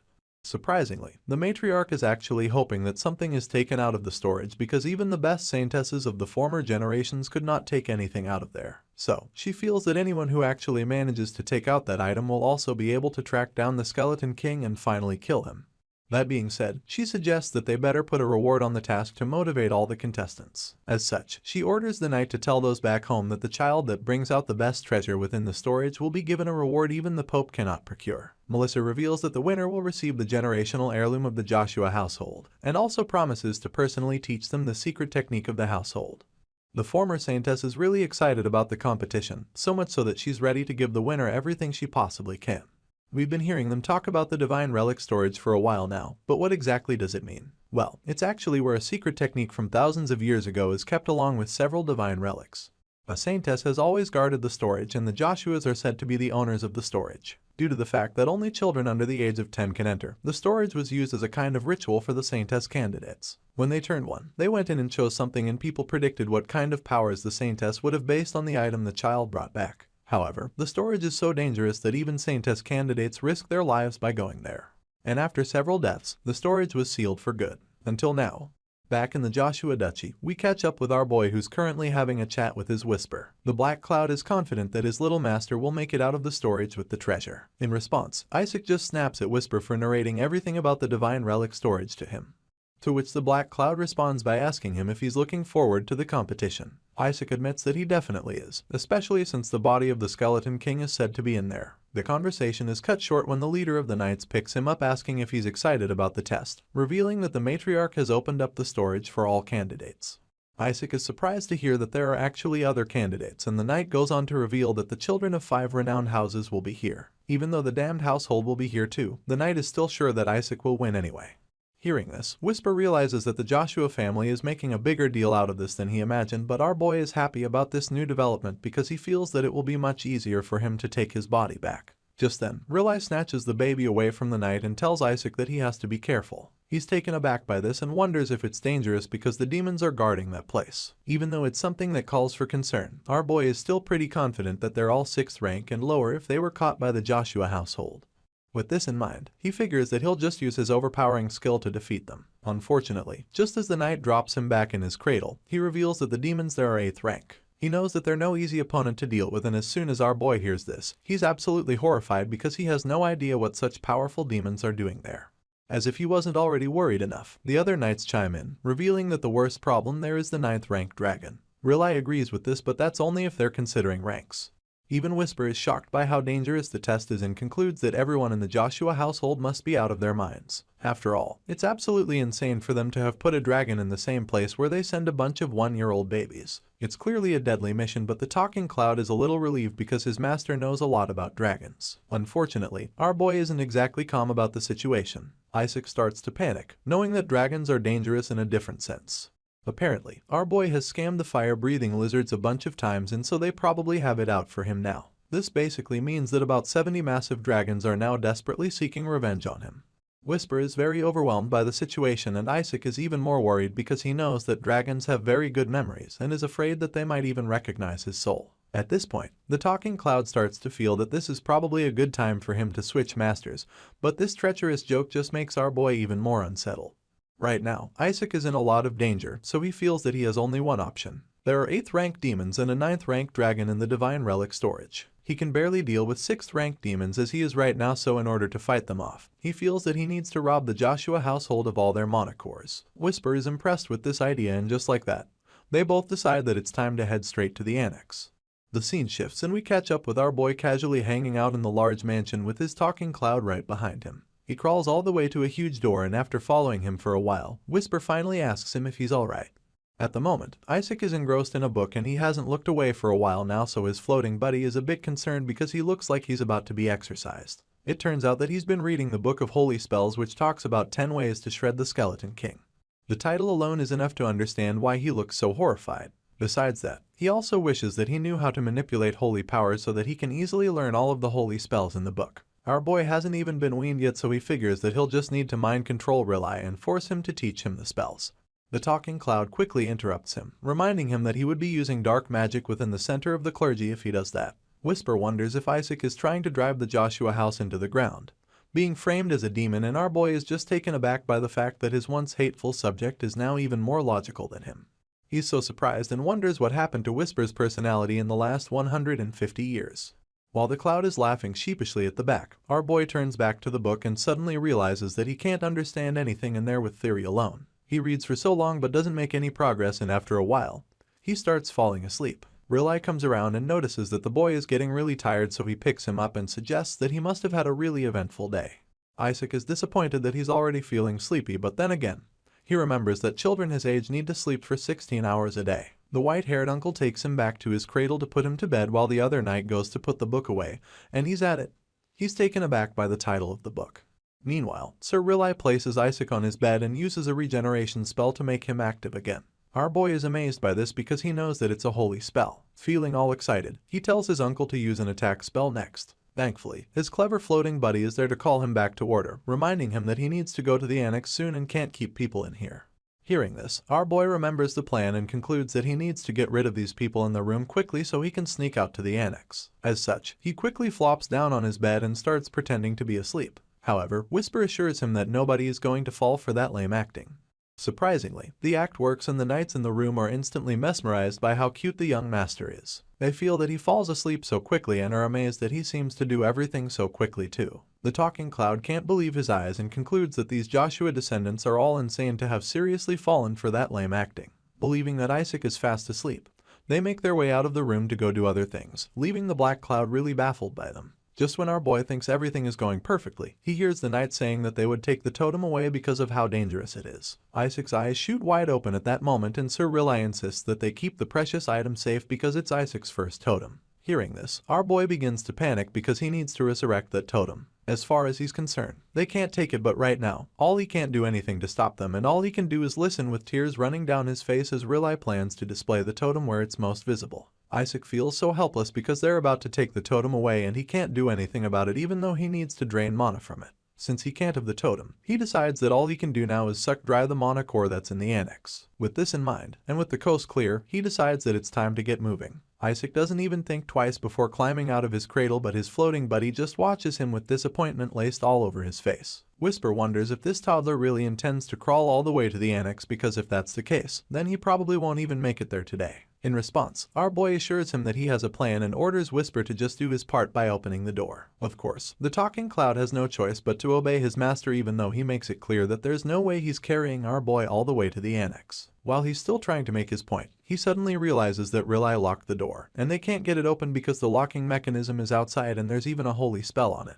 Isaac gets frustrated pretty quickly, so he asks Whisper to just break the door open, but the floating cloud kicks against this idea because he knows that it would only attract more of the Joshua family members, since they would think that they're under attack or something. The situation is driving our boy crazy, especially since the talking cloud can't even carry him all the way to the annex. Besides that, he also knows that things could get even more complicated if he uses magic, so he just starts crashing out at the door, wondering how on earth he can escape from this room. All of a sudden, a young boy opens the door and enters the room, accidentally shoving our boy down in the process. This blue-eyed kid happens to be Gowl's son and the other saint candidate of House Joshua. His name is Shuri and he's 15 years old. Shuri is taken aback by the fact that Isaac made it to the door even though he's still a baby that can't even walk yet, and the toddler in question is equally baffled that the boy standing before him is supposed to be his rival. Isaac quickly spots the totem in Shuri's hand and immediately concludes that there's no way the brat could have made it, because even he couldn't make one like that. Surprisingly, the 15-year-old rival starts using magic all of a sudden, and Isaac is pretty amazed by this. It turns out that this little display is Shuri's own way of trying to intimidate the young master, claiming that he's the one who's going to be the saint.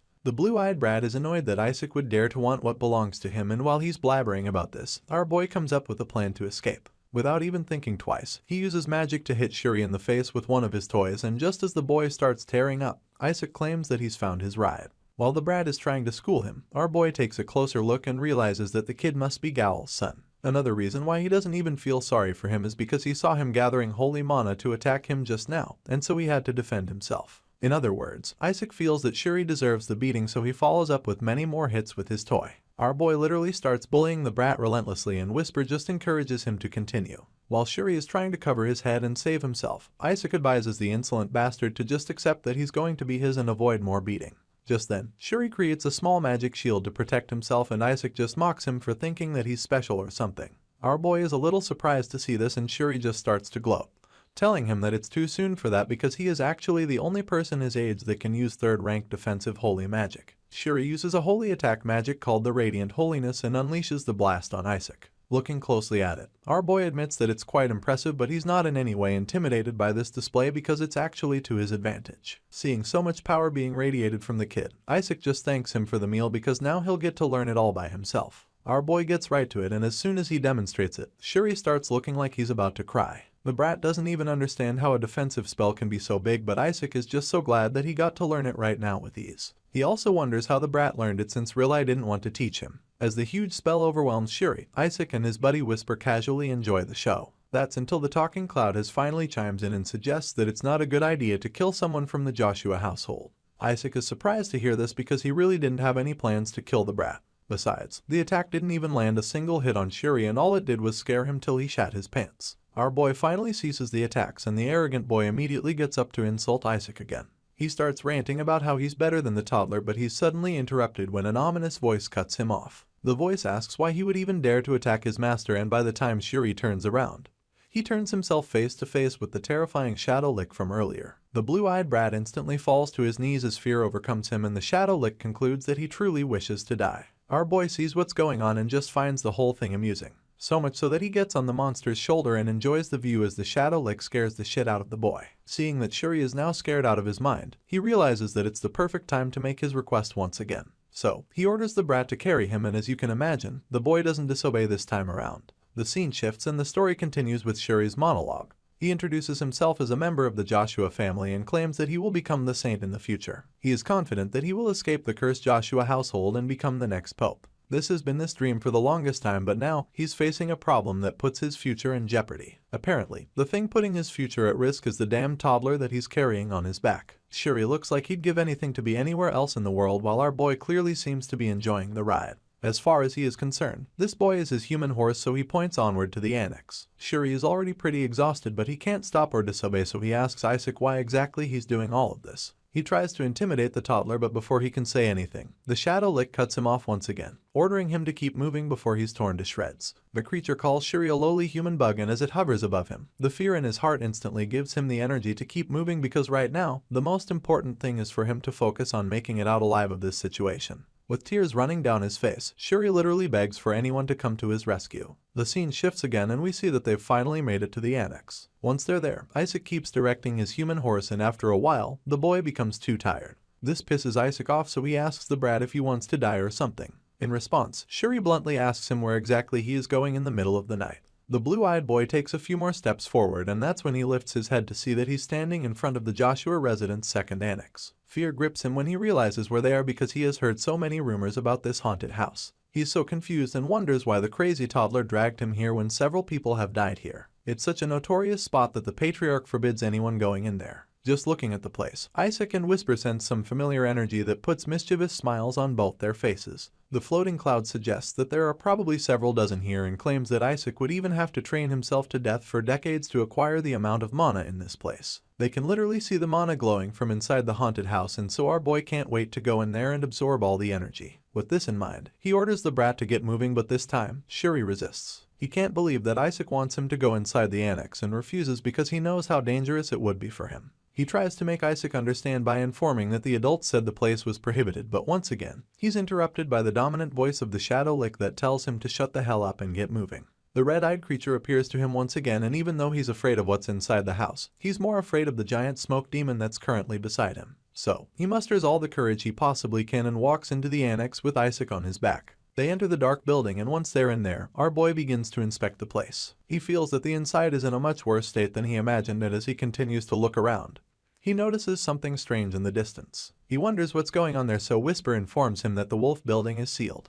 He reveals that every door here has something like a protective barrier on it as well, and as you can imagine, this is pretty disappointing for the toddler. He feels that it's such a shame, and while he's sulking on Shuri's back, the poor teenager begs for them to head back. He's terrified and feels that it's better they just leave since everything here seems to have a lock on it anyway. This suggestion pisses our boy off a lot, so he takes his anger out on Shuri by pulling his hair like a maniac. The kid winces in pain, wondering why the crazy baby just did that. Isaac doesn't let go, so he starts freaking out and screaming for the baby to let go of his hair. In the process, they find themselves in front of 3 big picture frames. This catches their attention, so they stop fighting for a second.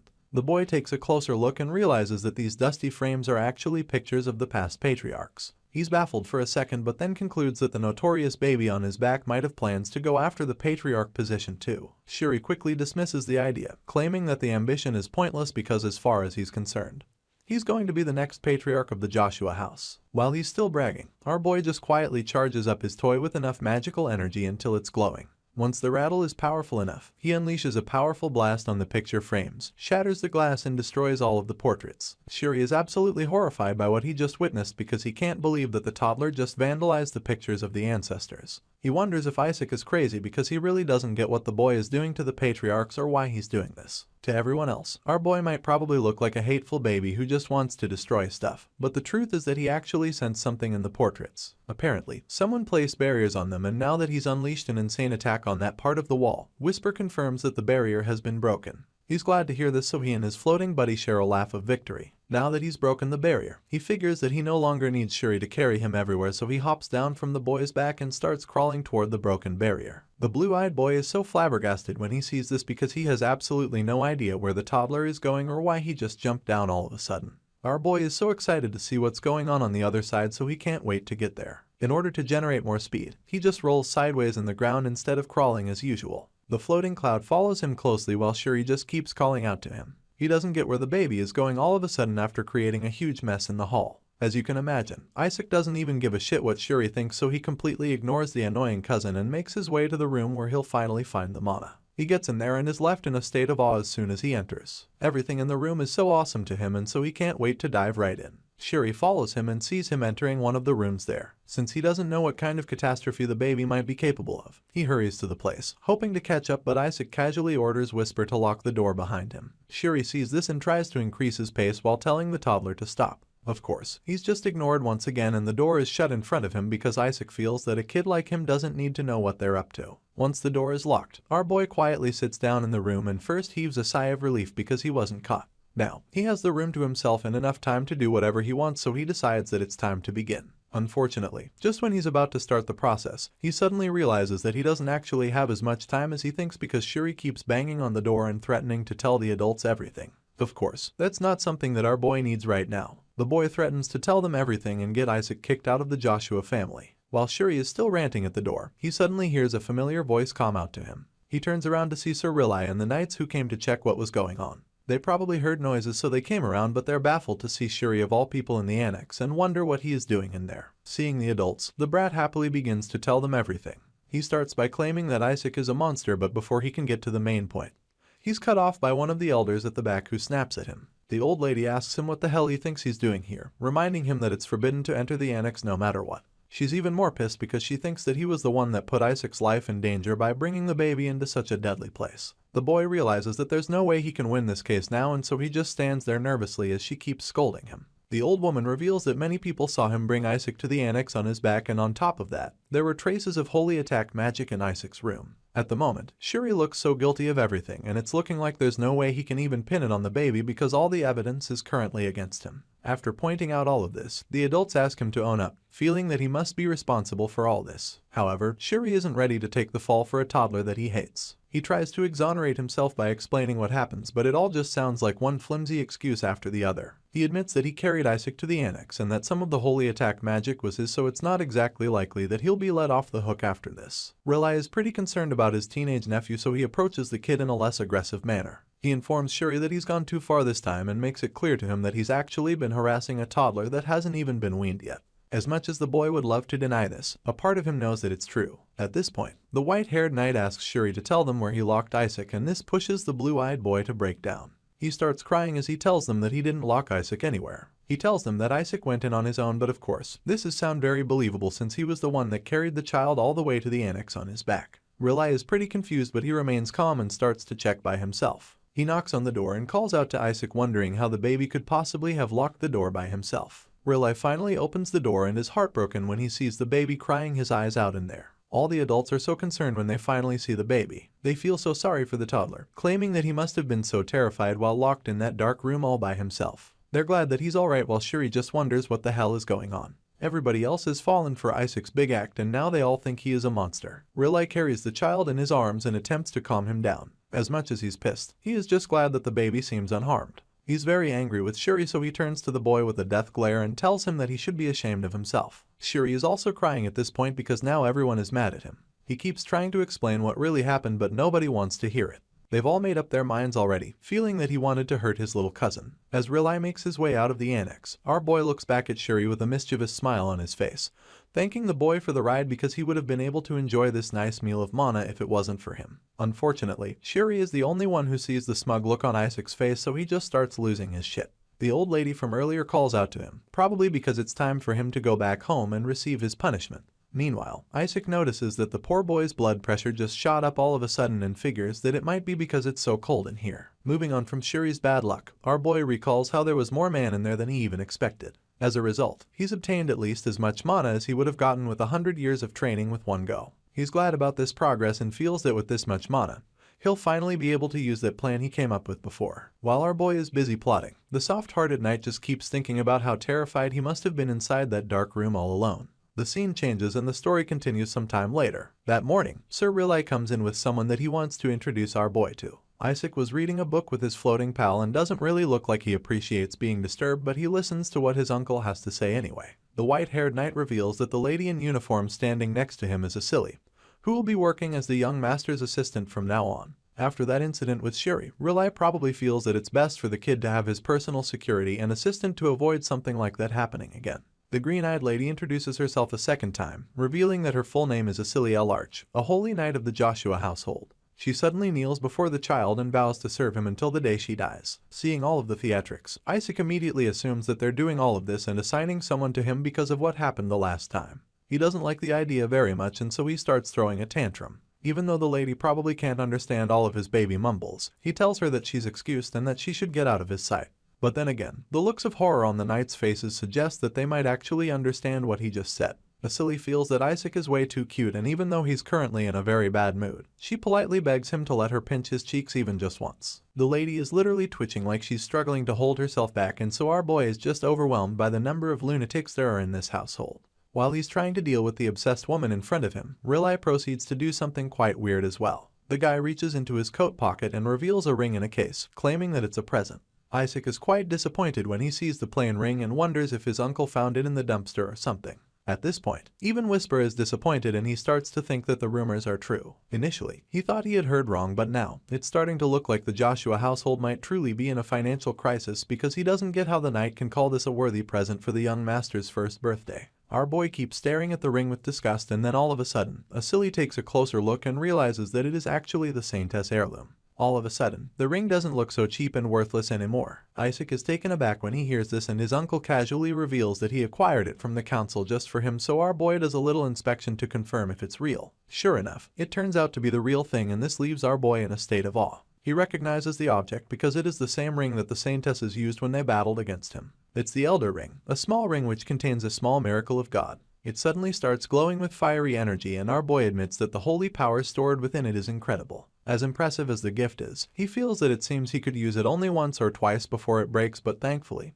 he has a way to fix it. While he's celebrating this new present he just got, he looks to the distance and sees Gowl shooting death glares at him. The fifth son has been taking LS since Isaac came around, and now that the toddler has been given the Saintess heirloom instead of his son Shuri, he's absolutely furious. Our boy sees the expression on Gowl's face, and so he confirms that this must be the real thing. The guy is literally glaring at his baby nephew as if he wants to kill him. After brooding by the tree for a while, the guy finally comes around, faking concern and affection. The guy is doing his best to look like a loving uncle, but the spite inside him is just so much that he can't help but come off as creepy. Isaac is just irritated by this act because it's all just so gross to him. On the other hand, Whisper concludes that the guy might finally have run mad after hating for so long. It turns out that Gowl only came around because he's currently on a mission. Things are getting complicated for him right now because he broke the blessing device in the relic storage to ensure that Isaac doesn't get the blessing, but he didn't expect them to give the baby the Saintess heirloom just like that. In a flashback, we see one of the elders deciding that Isaac should get the ring since he can't receive his blessing.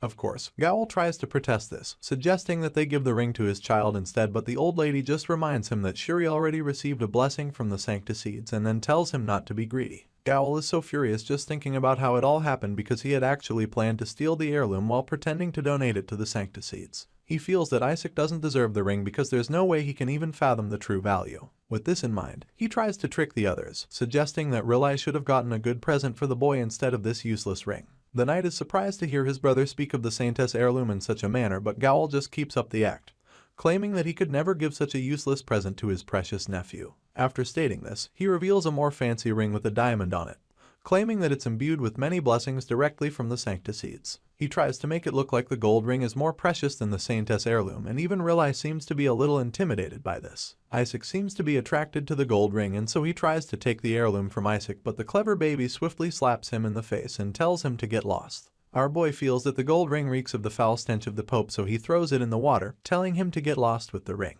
Gowl is horrified when Isaac does this, so he desperately orders his men to go find the ring immediately. On the other hand, Riley is just confused by the whole thing because the ring that Gowl presented to him seemed 1,000 times more precious than the Saintess heirloom. So, the fact that he still chose his own touches him, and so, he happily lifts him up into the air and promises to give him only the best from now on. While Isaac and his knights are celebrating, Gowl and his men keep searching for it desperately. Unfortunately for them, they might never find it because our boy cast a weight magic spell on the ring. Whisper is just proud of his master because his determination to never lay a ginger on such a foul object is truly admirable. In his mind, the Skeleton King should never have anything to do with something associated with the Pope, but to his surprise, Isaac tells him that he'll have to retrieve the ring at dawn, leaving the talking cloud shocked. Apparently, our boy intends to sell that gold ring because he knows that it's going to be worth a fortune. Later that day, Gowl returns to his chambers in frustration. He is so angry that the ring got lost because he knows how expensive it is. But then again, he consoles himself a bit because he feels that the baby won't even know how to use the Elder Ring.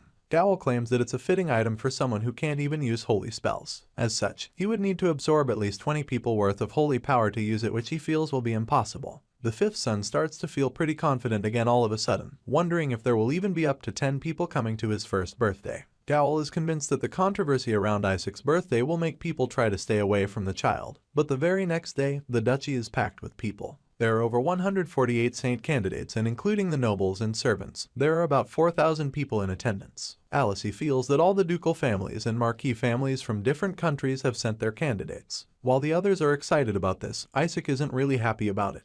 He wonders why there are so many candidates and figures that the gods might have gotten lazy and just sprinkled candidates everywhere. Of course, Whisper agrees with this theory since he's not also a fan of the gods. Riley is surprised that this many people showed up because he thought that many of them would decline the invitation, thinking it was a trap. Just then, someone barges into the room, assuring the knight that nobody thought it was a trap. This guy is Count Simon Age, the head of one of the 3 merchant unions in the Empire, and he also happens to be Riley's best friend. The knight is shocked to see his old friend here, but Simon explains that he couldn't pass up the opportunity to attend after hearing so many rumors. He explains that everyone figured out it wouldn't be a trap and decided to attend, especially since the weakling boy of the Joshua house will be there too. After hearing what the Joshua family had put on the line, Simon claims that he just had to attend. It's such a big deal that even the Pope's family will be in attendance. Hearing this, our boy becomes quite curious because he has no idea what the family had put on the line. Meanwhile, Riley refuses to believe that the Pope's family will come, to which Simon casually agrees with him, stating that they probably won't come since they detest this region so much for having so many commoners. Riley tells Simon to lower his voice, but he refuses, revealing that his son, Armin, is also a candidate, and since the event is hosted by the Joshua family, then the Pope's family has no reason to get involved.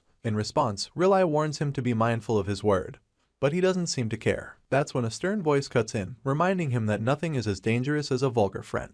The owner of the voice enters the room, stating that the wisdom of the ancient never errs, and this leaves Simon absolutely terrified. The unexpected guest is none other than Bishop Barrett, and the moment he enters, he claims that he really hopes the infant of the weak Joshua household can bring something out from the relic storage to save their family. Barrett admits that he was curious to see the child in question but is disappointed that he still hasn't set eyes on the baby. Hearing this, Alice hides Isaac even more, and the ominous Bishop Barrett prays that their saint candidate can help raise their family even though everyone knows he doesn't mean this. All of a sudden, Riley begins to panic because he is afraid that this whole arrangement was a trick by the Sancticides. The number of candidates rose from 25 to 148 in a single week, and this means that the Sancticides is turning a blind eye to it. With everyone now trying to make their child the saint, they would become too many, which means that the weakest will be pushed out, and Riley is afraid that Isaac might get hurt in the chaos. And if that happens during the competition, then our boy might actually be in serious danger. The story continues with a scene talking about the boys born in Joshua. Apparently, other than their exceptional looks and their family's reputation, these boys are said to be useless according to the rumors. But then again, to those who want to possess the superior Joshua DNA, and to those who want to gain the favor of the papal house that hates the house of the saintess, a boy from Joshua is tantalizing prey. In a flashback, we see someone plotting evil against the Joshua boy. He tells the messenger that the boy doesn't have to be dead. Instead, all that's needed is for the boy to be unable to do anything. He orders the person to mix drugs into the baby's water and use a holy poison to finish him off. This mastermind is certain that this will show the child of Joshua the cold reality of this world. He wants to make our boy Isaac a laughingstock in front of everyone, and he wants to make it clear that the Joshua child can never be a saint. Unfortunately, this doesn't exactly go according to plan, because rather than getting poisoned or completely incapacitated, our boy seems to love the concoction so much that he chugs down multiple bottles as soon as they give them to him.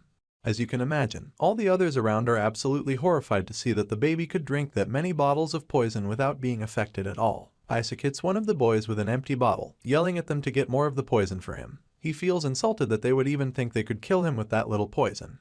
The baby is hungry for more, so he throws a tantrum and keeps demanding that they go get him some more poison. At this point, the other kids in there are absolutely terrified. Most of them are already tired of the competition and they just want to go home because they don't even know what the vicious baby is capable of. It's baffling to them how Isaac is still alright because they thought he would be sick with diarrhea after drinking that many bottles already. Since the kid looks completely fine, they begin to think that they might have actually used the wrong bottles. One of the other kids starts to feel sick all of a sudden, and since it's clear that their plan didn't work, he suggests that they just head back. While that's happening, Isaac's older cousin enters the scene and starts scolding the baby. He doesn't like the fact that the boy would be consuming drugged drinks because it could sully the Joshua name, especially since Isaac is supposed to be the saint. He quickly snatches the bottle from Isaac, asking if he's possessed, but our boy just looks at him with disgust laced all over his face. The older boy tries to give him another bottle that doesn't have any poison in it, but Isaac just throws it back at his face, knocking him down to the floor. After taking out the boy, Isaac keeps begging for the bottles with poison in them, and that's when another kid reveals that his drink has holy poison in it. Hearing this, one of the girls there is absolutely horrified because she's afraid that Isaac could even die if he consumes that.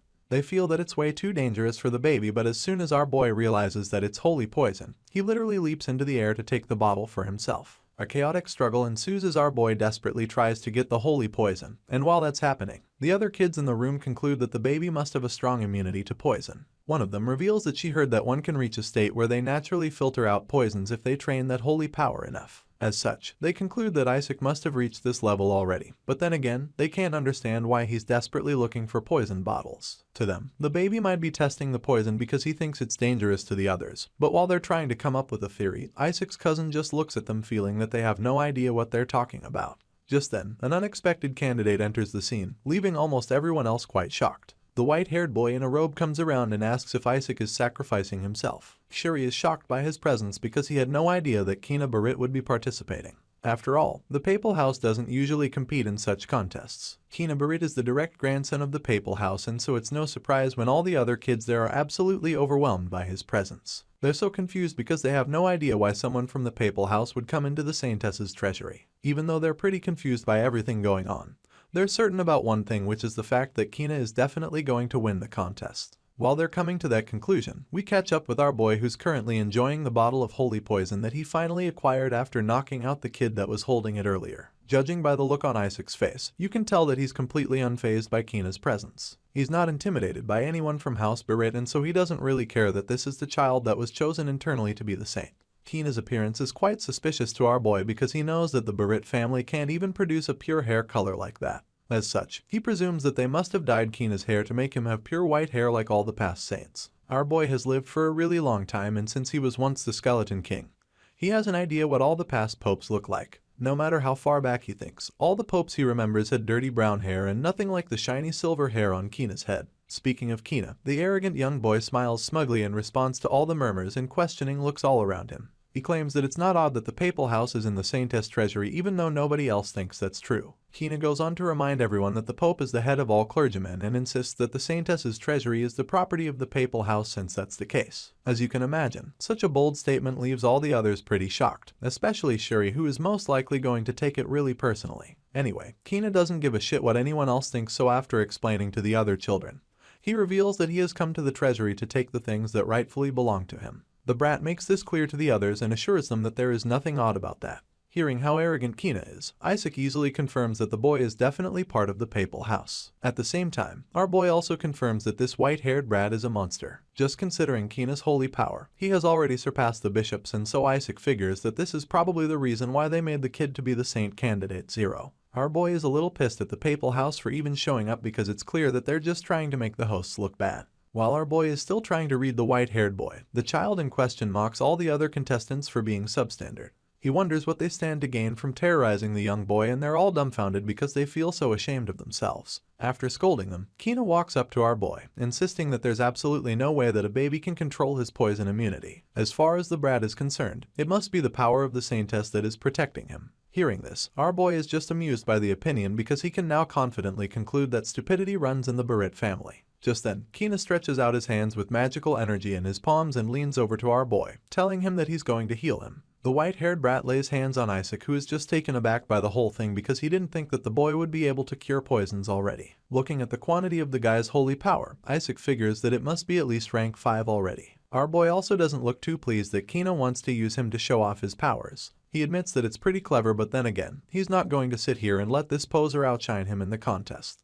With this in mind, he lands a mean blow on Kina's face, which knocks the wind out of the brat as well as the holy power he was just flexing with. The other kids notice that Kina's powers suddenly disappeared, and the brat is equally horrified by this. He realizes that his holy power was just disrupted by that baby and is mortified because he can't believe that the blonde baby babbling in front of him is even more powerful than he is. Kina is consumed by the shock, but this feeling quickly turns to rage as he prepares to teach that Joshua boy a lesson for making a fool of him. Isaac notices the brat glaring at him, and he finds it annoying that Kina thinks he has the right to even look at him that way. Feeling insulted, our boy threatens to smack Kina in the head with a bottle, but just when he's about to jump the Pope's grandson, Shuri comes out of nowhere to stop him. The other kids figure that he is protecting Isaac because they're family, and they start suggesting that the Joshua boy wouldn't be able to stand up to the papal house. They keep sputtering this trash while Shuri struggles to keep his baby cousin from going berserk. He feels sorry for the others because they have no idea how powerful Isaac is, and he also knows that they would all have taken a bottle to the head by now if it wasn't for him. Seeing that Isaac's threat has been culled, Kina just laughs off the whole thing,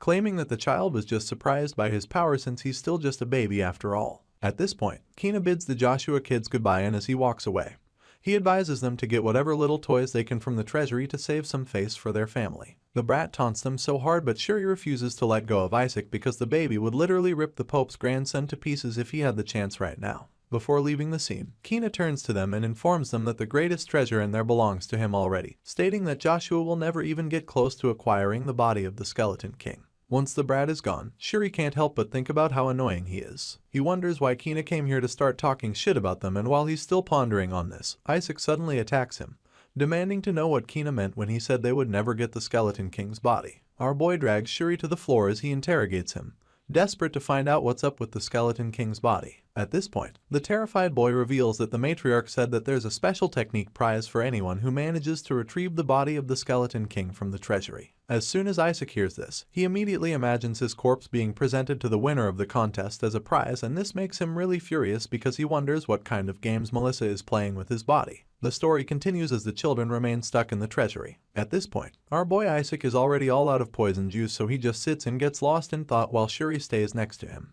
He thinks about how he spent hundreds of years cultivating mana into his old body. Reaching rank 10 would be child's play for him if you could just get his hands on it, but there's one big problem right now. Even though he manages to acquire the corpse, he doesn't know how he can possibly sneak it out when all of the other kids around are also aiming for it. Apparently, they're all desperate to win the special technique that Melissa promised, and that might be a problem for Isaac. Seeing that he probably won't be able to sneak the body out, he figures that he'll just knock out anyone that gets in his way. After all, he's a lot stronger than all of them. While he's thinking about this, his thoughts are interrupted when someone tells all of the children to gather around. The elder walks up to them and informs the contestants that they will be departing soon. As such, she wants them to listen carefully to what she's about to say. The hooded old lady reveals that this treasury is a holy place and starts talking about what the previous saintess thinks of it. As soon as Isaac hears this, he realizes that the elder is probably about to give them a history lesson, so he quickly loses interest and decides to go ahead by himself. Shuri catches the baby crawling away, so he tries to stop him, asking him where the hell he thinks he's going.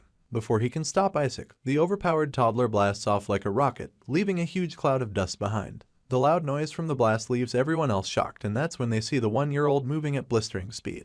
Our boy uses his swift steps technique to get away from them and decides that it's time for him to try out the new holy art that he learned. The elder sees him running away and furiously bawls out to him, claiming that he's going to the area that's off limits because if he goes there, traps will be activated all over the treasury. All the other kids are horrified when they hear this, so without a second thought, they all go after Isaac, determined to catch him and stop him from triggering the traps. While that's happening, the scene shifts to the Joshua Mansion ballroom, where we see Riley and Asili looking really worried. Everything for the contest is being set up and the green-eyed nanny can't think about anything other than Isaac's well-being. A huge crystal ball is set up and connected to the inside of the treasury so that the guests can follow everything going on in there. The host reveals that he will be reporting live with his summons that are following the candidates inside the treasury. That being said, he informs the guests that the candidates are now entering the first chamber that was just opened. Hearing this, Riley begins to panic because he feels that it's a bit too sudden for them to have entered already. The reporter suddenly reveals that Aegis is in third place at the moment, and Simon makes it clear to everyone that it's his son. Shuri is in second place, and Gowel almost sounds shocked that his boy is doing that well already, but then casually pretends like it's just what he expected.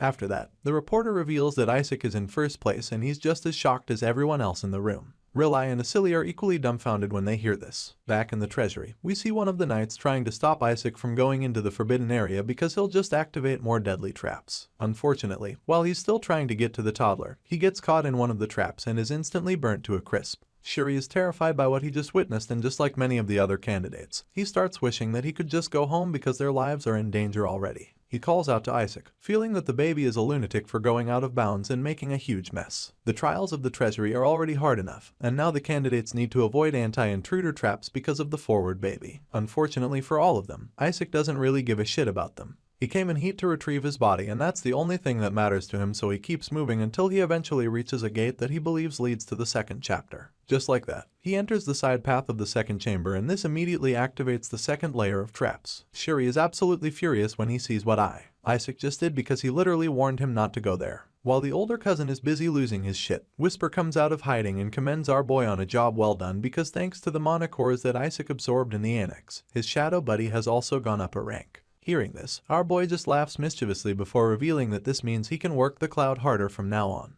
With this in mind, he immediately orders Whisper to go out and grab Shuri, so the talking cloud jets into action. On the other side, the remaining candidates are catching their breaths. They didn't think that the contest would be this difficult, and they're starting to realize why the saintesses are so strong. Their conversation is cut short when they see Shuri hovering in the distance. He looks like he's flying, so the other contestants start talking about how unfair it is that his family must have taught him how to fly ahead of time. As you can imagine, that's not the case, because Shuri definitely doesn't have the ability to fly. In reality, he's being carried away to safety by Whisper, but none of the other children can see the black cloud. Of course, Shuri knows that he's not actually flying by himself, so he pleads with the creature to put him down. Hearing this, Whisper grants him his wish, but not in a very subtle manner. He drops the kid like a big bag of sand and informs Isaac. At this point, Shuri is really pissed, so he yells at the toddler, telling him to stop messing around. Sure, he made it past the first chamber with ease, but Shuri makes it clear to him that he could actually die if he's not careful starting from this second chamber. Apparently, this part of the treasury was designed to teach the saintesses how to overcome fear and choose the right path, but while he's still trying to advise the baby, he gets burned by one of said traps. Seeing this, Isaac makes it clear that he doesn't need a lecture or blabbering and simply asks Shuri to tell him what happens in the second chamber. At this point, the injured boy just warns the toddler not to attack the enemies in the second chamber under any circumstance. As you can imagine, this just sounds like nonsense to our boy because they're literally enemies, and that's exactly why he should attack them. In response, Shuri states once again that the only way to pass the second chamber is by waiting 3 minutes for the enemies to disappear after they appear. He begs our boy not to attack no matter what comes out and desperately hopes that Isaac understands him because they're screwed otherwise. At this point, our hero realizes that the second chamber is a test of patience. To him, it's such a cliche, and it also sounds like it would be a cakewalk for him. After all, he just needs to refrain from attacking the creatures in there and wait for 3 minutes instead. With this in mind, he pushes the main gate of the second chapter open and he's welcomed into the Chamber of Tranquility. A voice talks about how patience is a virtue and a cold rationale, before telling Isaac not to let himself be shaken, but maintain tranquility instead. As the door finally opens, the voice claims that his patience will lead him to the light, and our boy looks so mesmerized by the sights before him. Way back in the treasury, we see Kina and some other kids wandering in confusion. They look lost and one of them starts to wonder if they'll be okay because they're literally in last place. In response, the white-haired brat reminds him that there's no need for them to endure the dangers ahead first. As far as Kina is concerned, it's better to let the meat shield stand in front and trigger all the traps ahead.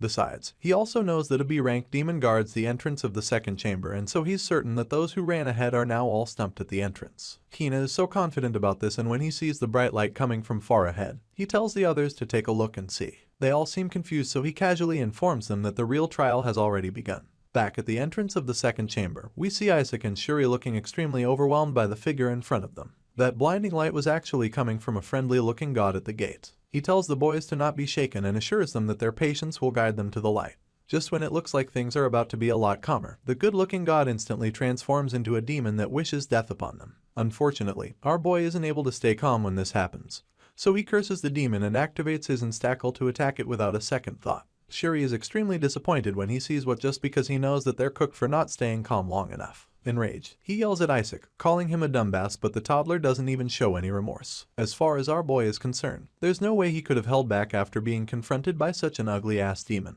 Just so you can understand what a terrible job Isaac did. He only kept his cool for 3 seconds out of 3 minutes, but for some reason, he lasted 3 seconds more than Whisper even expected. Anyway, that loud voice from earlier suddenly informs our boy that he failed the challenge. Of course, there's a repercussion for this, so our favorite toddler is about to be faced with the wrath of divine punishment.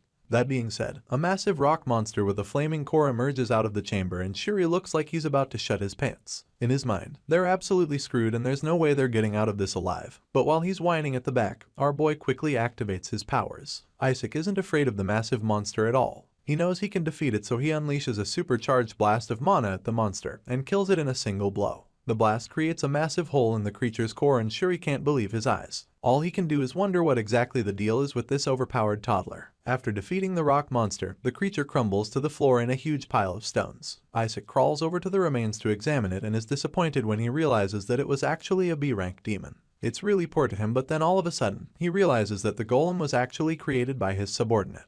This subordinate was a member of the 14 elite demons under his command.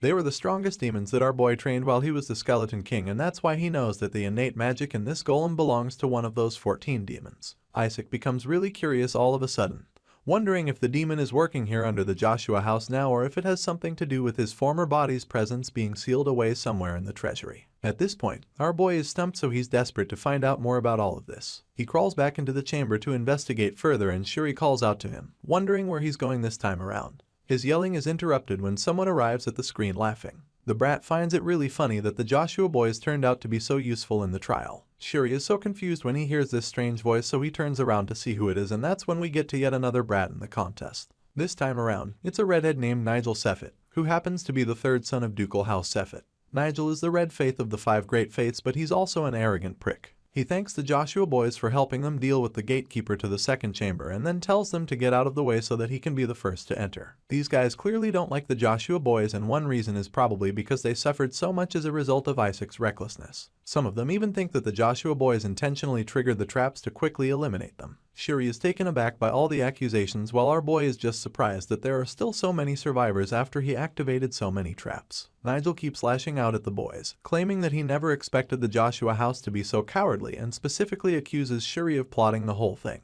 Once again, the poor guy ends up taking the blame for something he had nothing to do with. He tries to clear his name, assuring the other candidates that he's not working with Isaac. Bro literally falls on his knees to exonerate himself, but he's simply ignored. Nigel is more concerned with finding out how a 1-year-old baby managed to dodge all the traps without getting caught in one. It doesn't make any sense to him, so he starts a little investigation and instantly spots the artifact around our boy's neck. He snatches the ring with blistering speed, believing that our boy's insane luck must have something to do with it. After stealing the ring, he calls out to his buddies, telling them that they'll be able to avoid all the traps moving forward, but even Shuri is disappointed at his guessing instincts because he's way off. Besides feeling sorry for the clueless redhead, Shuri also wonders why Isaac is being so calm about the situation. He knows that the baby would never let some steak from him without fighting back, so it's really suspicious. Nigel and his gang continue their journey and advance toward the second chamber, claiming that they don't need the Joshua boys anymore. The redhead thinks about the Skeleton King's body and how it's something that even past saints and saintesses were unable to bring back. As far as he's concerned, it now belongs to House Sephet of Red Faith. Nigel is so confident that he'll bring back the trophy because he believes that the ring he stole will protect him from the traps. Unfortunately, he quickly finds out that he's dead wrong because after only a few steps into the chamber, he activates a trap that burns him immensely. The inferno rages on, and as the other candidates scream in agony, Shuri finally realizes why Isaac didn't fight back earlier. It turns out that our boy was baiting them on purpose, and now that they've cleared the path, the Joshua boys can easily advance into the second chamber. Shuri carries our boy on his shoulders once again, and they make their way past the burned candidates lying around them. Isaac laughs smugly as he looks over the wiped out competition, thinking about how all the mines and similar traps in the second chamber were set off by Nigel's carelessness. This time around, he's the one who thanks the redhead for his sacrifice. As much as he took out a good portion of the competition with this sly move, he notices that there are some other kids still following him closely. Those guys have been waiting for him to clear the path for them each time, and they seem to be really fans. They feel that he has divine energy, which isn't a surprise at all since he's from the Saintess's family after all. To them, Nigel was dumb to think the ring would save him. As far as they're concerned, there's no way someone from Joshua would be so cowardly. These guys are practically fangirling at this point, but Isaac isn't even slightly flattered by their words. Whisper suggests that they've learned of his master's magnificence, but our boy makes it clear that he doesn't need their reverence. While all of that is happening, Shuri just wishes he could tell those guys at the back to run for their lives because the little monster on his shoulders is even more terrifying than any demon. The ass-kissers keep showering Isaac with praise, claiming that he's definitely the saint if there's really one among them. At this point, our boy is starting to get irritated by all of this, but he keeps his cool, and that's when one of them introduces himself. This cute little guy is Paris Julius, the second prince of the Julius kingdom, and he claims that it's a pleasure to meet the youngest son of Joshua. Hearing this, Isaac's eyes widen with realization. He knows that the Julius kingdom is the one at the east of Hela and remembers hearing that their prince received a divine blessing. With this in mind, he starts to think that Paris might actually be useful after all. A while later, they arrive at the next important location, so our boy pulls on Shuri's hair to make him stop. They've finally reached the gate to the third chamber, and once again, another loud voice welcomes the candidates. The voice reveals that this third chapter is the Chamber of Rumination. Just then, several stone angels appear before them as the voice encourages them to demonstrate their courage and resolve. Hearing this, the Eskissers at the back start to celebrate because they realize that they were right to follow Isaac instead of Nigel, and for some reason, they also believe that this means the Skeleton King's body is theirs. The hooded angel at the entrance goes on to tell them what their mission is. He assures them that the test here is simple, but then goes on to reveal that they have to defeat the angels, including him. At the moment, our boy still looks pretty overwhelmed, like he's in awe or something. Unlike him, the other candidates are already pumped up, feeling excited to face off against the stone angels to claim their honor. After staring at the gatekeeper for a while, a mischievous grin creeps up on Isaac's face because he suddenly realizes something that is going to be very useful. With this in mind, he concludes that this chamber is going to be a lot of fun and then informs Shuri that the gatekeepers are lying. This makes sense to Shuri for some reason because he's already created a pattern in his mind. The first chamber was the Chamber of Selection, where Isaac ran recklessly. The second one was the Chamber of Tranquility, where Isaac couldn't hold back at all. This third chamber is the Chamber of Rumination, but that word is just the hint that Shuri needs. He needs to remember what happened in the first and second chambers, and since Isaac did the exact opposite to scale through, Shuri concludes that they must not attack the gatekeepers. All of a sudden, our boy orders the other candidates to go over to the side, and they do so without hesitation. Shuri is confused when he sees this because he does understand why the toddler is helping them. But then again, he figures that the child has Joshua blood, and so that means he can still show acts of kindness despite literally being the devil. Even though it's quite faint, Shuri understands that the boy must have inherited the virtue of the Saintesses somehow. With this in mind, he starts to think that he might have misjudged the baby all this time. Shuri starts to see the crazy toddler in a different light, feeling that he's probably just like the Saintess, and that he'll show the others the correct path. Unfortunately, he's about to take all of this back really soon because our boy is about to do something really crazy. In the blink of an eye, Isaac hurls a huge blast of fire magic at the gatekeeper's face, which leaves Shuri absolutely dumbfounded. The stone angel is furious. He claims that they have failed, and so he retaliates with a massive explosion, but for some reason, He takes out his anger on the other candidates that our boy sent to the sidelines. He clearly set them up so that they could take the fall, and when Shuri sees everything that just happened, he concludes that the toddler on his shoulders is just a crazy bastard. Shuri is pretty horrified, but our boy finds the scene amusing and claims that it's quite a familiar sight. The hooded angel is revealed to actually be a demon who tells them that true saints are not foolish enough to trust the words of others so easily. It turns out that the reason our boy kept staring at the gatekeepers before was because he recognized them from his past life. These stone angels are actually puppets made from the magic of the 14 elite demons as well, and that's why he knows that they are regarded as the lying dolls. After successfully making a fool of the other candidates, our boy laughs maniacally and tells her demons that it's time to teach those brats the bitter struggles of life. While Isaac is going crazy with power, Shuri just looks so overwhelmed by the fact that he's stuck with such an unpredictable baby with a penchant for destruction. The lying dolls unleash huge fiery blasts on the poor kids that were foolish enough to trust Isaac. They all scream in horror and try to run away, but the attacks are ceaseless and it doesn't take long for some of them to start crying. The worst part about their situation right now is the fact that Isaac and Shuri are no longer anywhere to be found. Apparently, our boy used a magic spell to make himself and his cousin invisible to the other candidates and even the destructive fire demons. The terrified kids don't understand where the Joshua boys went because they were just here with them a few seconds ago. While they're all trying to avoid getting blown to bits, they also start searching for Isaac and Shuri. Speaking of the two Joshua boys, they're standing only a few feet away but no one can see them. Shuri watches in horror as the candidates run for their lives while Isaac seems to be having a lot of fun watching them. He finally got to try out his rank 6 holy invisibility art and it definitely didn't disappoint. This was a blessing that their uncle gave them to use for emergencies, but Isaac found a way to use it to have a good time. Paris Julius is also not in any danger at the moment because our boy also gave him the invisibility skill, which he is really grateful for. He thanks Isaac for it and the toddler just waved it off before tossing a ring to him. The young boy catches it, wondering what it's for, and begins to think that he was given it because he's not used to fighting against demons. Once again, he thanks our boy for it, promising that he would never forget the gesture. He's so grateful that he promises to even tell the king about it too. His display of gratitude is cut short when he starts getting the life sucked out of him. Isaac laughs maniacally as this happens and Whisper commends him for it, claiming that it's just the kind of thing he expects of his master. Prince Paris Julius had the most holy power out of all the other candidates, and so he was always going to be a target for a mana hound like Isaac. At this point, you'd start to think that our hero might actually be a true villain and not just some misunderstood baby. He happily sucks Paris of everything he's got inside of him while Shuri just watches in horror, wondering where the hell his Uncle Rilai found this monster disguised as a baby. After running all over the place, the other children finally decide that it's time to fight for themselves, so they father around and stand up to the skeleton angels trying to kill them.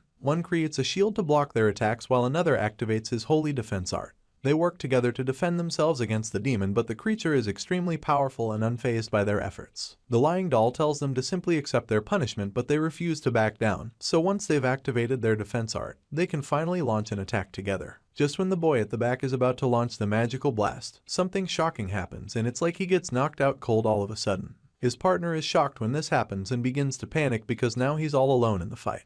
He wonders what's going on, so he turns around to see, and that's when he finds his buddy groaning on the floor. He has no idea what just happened, and while he's still trying to figure it out, a floating ring hovers towards him and sucks all the holy power out of him. As you can imagine, this is all Isaac's doing because even the demon is shocked when it sees all of its opponents being sucked dry. The demon is so taken aback by the scenes that he ceases his attacks just so that he can try to understand what the hell is going on. The lying doll looks around, wondering where all the others that fell for the lie are. He doesn't see any conscious beings around, and he definitely doesn't see the floating ring that's been doing a whole lot of damage. Whisper reveals that they have successfully absorbed the holy power of everyone on this side of the chamber, so our boy decides that it's time for them to go target the candidates on the other side. Without wasting a second, the floating demon cloud springs into action to go suck the life out of all the other kids in the chamber. It's practically impossible for them to defend themselves against Whisper because they can't even see him, and that's why he's able to keep catching them off guard. Whisper sucks the holy power of the next kid, leaving his partner shocked. Even though he's doing a lot of damage, he points out the bright side to the weaklings, which is the fact that the lying dolls stop attacking them once they go down.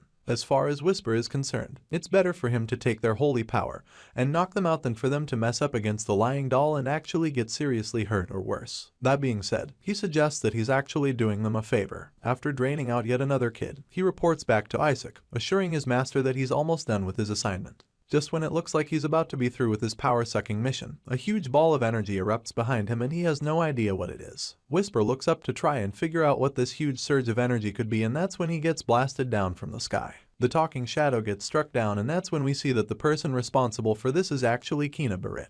The arrogant brat enters the scene, looking really proud of himself for finally finding Isaac. This kid must be really powerful for him to have been able to see Whisper and also spot our boy even while using the holy invisibility art. Our boy looks unfazed regardless because he has also been looking for Kina. Shuri, on the other hand, looks absolutely mortified that the Pope's grandson is this powerful. Sure, he knew that the boy was called a genius, but he never imagined that the young master would be this overpowered. Kina decides to flex his powers a little by introducing his massive phoenix-like pet. This just leaves Shuri even more overwhelmed because he knows that being able to summon a holy spirit at this age is just going too far. While Shuri is busy dreading the Pope's grandson, our boy Isaac just remains absolutely unfazed. He's not intimidated by Kina in the slightest, and he almost looks bored if you look closely. The white-haired boy continues talking, admitting that he was surprised to learn that there was another person that could take down a demon. He asks Isaac if he led the other kids into a trap like he did in the first chamber. An ominous smile creeps up on the white-haired boy's face as he concludes that this is exactly what he did, but the injured kids keep defending our favorite toddler. Apparently, they still believe that Isaac was trying to protect them. They claim that the baby did all of this while trying to do the trial for them and that he even told them which way to go. As such, they're convinced that Isaac saved them, oblivious to the fact that he only needed them so that he could suck them dry of their holy power. Hearing this, Whisper is delighted that these guys adore his master just as much as he does, but the baby in question is just baffled at how insane these candidates can be. As far as he is concerned, these guys aren't right in the head either for thinking that he was trying to save them. At the same time, the talking cloud starts to realize that this is probably what they call Stockholm Syndrome. Just like Isaac, Kina can't believe that these kids think that the toddler was trying to save them. He scolds them for being so short-sighted and tells them that they should be embarrassed to even call themselves saint candidates. In his mind, anyone who would need to be saved by Isaac is not even worthy to be in the contest. Kina calls our boy a little runt and his new fans just keep defending him. They snap at the Pope's grandson, reminding him that he was behind all of them the whole time and that he has no right to say anything mean about Isaac, who has been spearheading the entire journey through the treasury. They keep attacking Kina, reminding him that he didn't do anything all this time and just let them go ahead to trigger all the traps. With that being said, they make it clear to him that Isaac is even more of a saint than him, because he just came all this way without actually doing anything throughout the contest. They continue to discredit Kina, claiming that they'll even tell all the adults about his cowardice when they get out of the treasury. They're ready to tell everyone that Kina didn't do anything and that Isaac saved all of them, because they want everyone to know that it's better to follow House Joshua rather than the selfish papal house. These guys are defending our boy with all the energy they have left, and Shuri just can't help but feel sorry for them. They have no idea that they're defending the devil child that's sucking them dry without any remorse. Of course, Shuri isn't stupid enough to say such a thing out loud for Isaac and his demon subjects to hear, so he just keeps this thought to himself, hoping that the other kids eventually find out who the real danger is. While they're all still attacking Kina, a loud noise interrupts them. They look over to the source and see the huge ball of power floating up to the ceiling of the treasury. They all watch with their jaws dropped and realize that the gate to the third chamber just popped up. They realize that this means they're done with the second chamber, and this is confirmed when a powerful voice congratulates the candidates on completing the second chapter. This voice reveals that it's the last gatekeeper of the treasury, and that's when we see that the huge fiery ball is the one talking. All of a sudden, the gatekeeper tells the children to choose, asking them if they'll choose the treasure here and finish the test or if they will face a trial to enter the third chamber. Hearing the intimidating voice give them such a tough choice to make, most of the candidates begin to mumble in confusion. None of them are sure of what they want to do, and while they look like they're starting to panic, Kina just looks bored of everything. One of the candidates suddenly blurts out, stating that they'll definitely pick the third chamber, but before he can finish talking, the powerful voice cuts him off, warning him to answer carefully. Once again, the gatekeeper asks if they want to pick their treasure and finish the test here, or if they want to enter the third chamber and face the unknown challenge waiting there. At this point, the pressure starts getting to the candidates. The gatekeeper informs them that they will discover the treasure of the third chamber if they pass the trial, but if they do not pass, well, the consequence is death. This revelation sends chills down their spines, and while the others are shivering, our boy just listens carefully to the voice. Whisper also pays close attention and recognizes the mana in the voice. Hearing this, Isaac can already tell that it's a dragon behind that voice. He hasn't seen one in a while, and so he's certain that failure in the third chamber will truly lead to death. The other kids don't have any idea what kind of horror awaits them in the third chamber, so they decide to go in for the last trial, feeling that they can face anything to become a saint. They all decide to go in, so the gatekeeper reminds them that they're risking death by facing this trial. They insist on going in, so the voice finally opens the gate, revealing the next challenge, which leaves everyone except our boy mortified. It's been a few days, but don't you think that I've forgotten about this series? I just had some real life stuff going on that kept me busy, but here I am as always with the fresh new episode. I hope you guys enjoyed this installment as well and look forward to more, because the next episode will be dropped very soon. Until next time.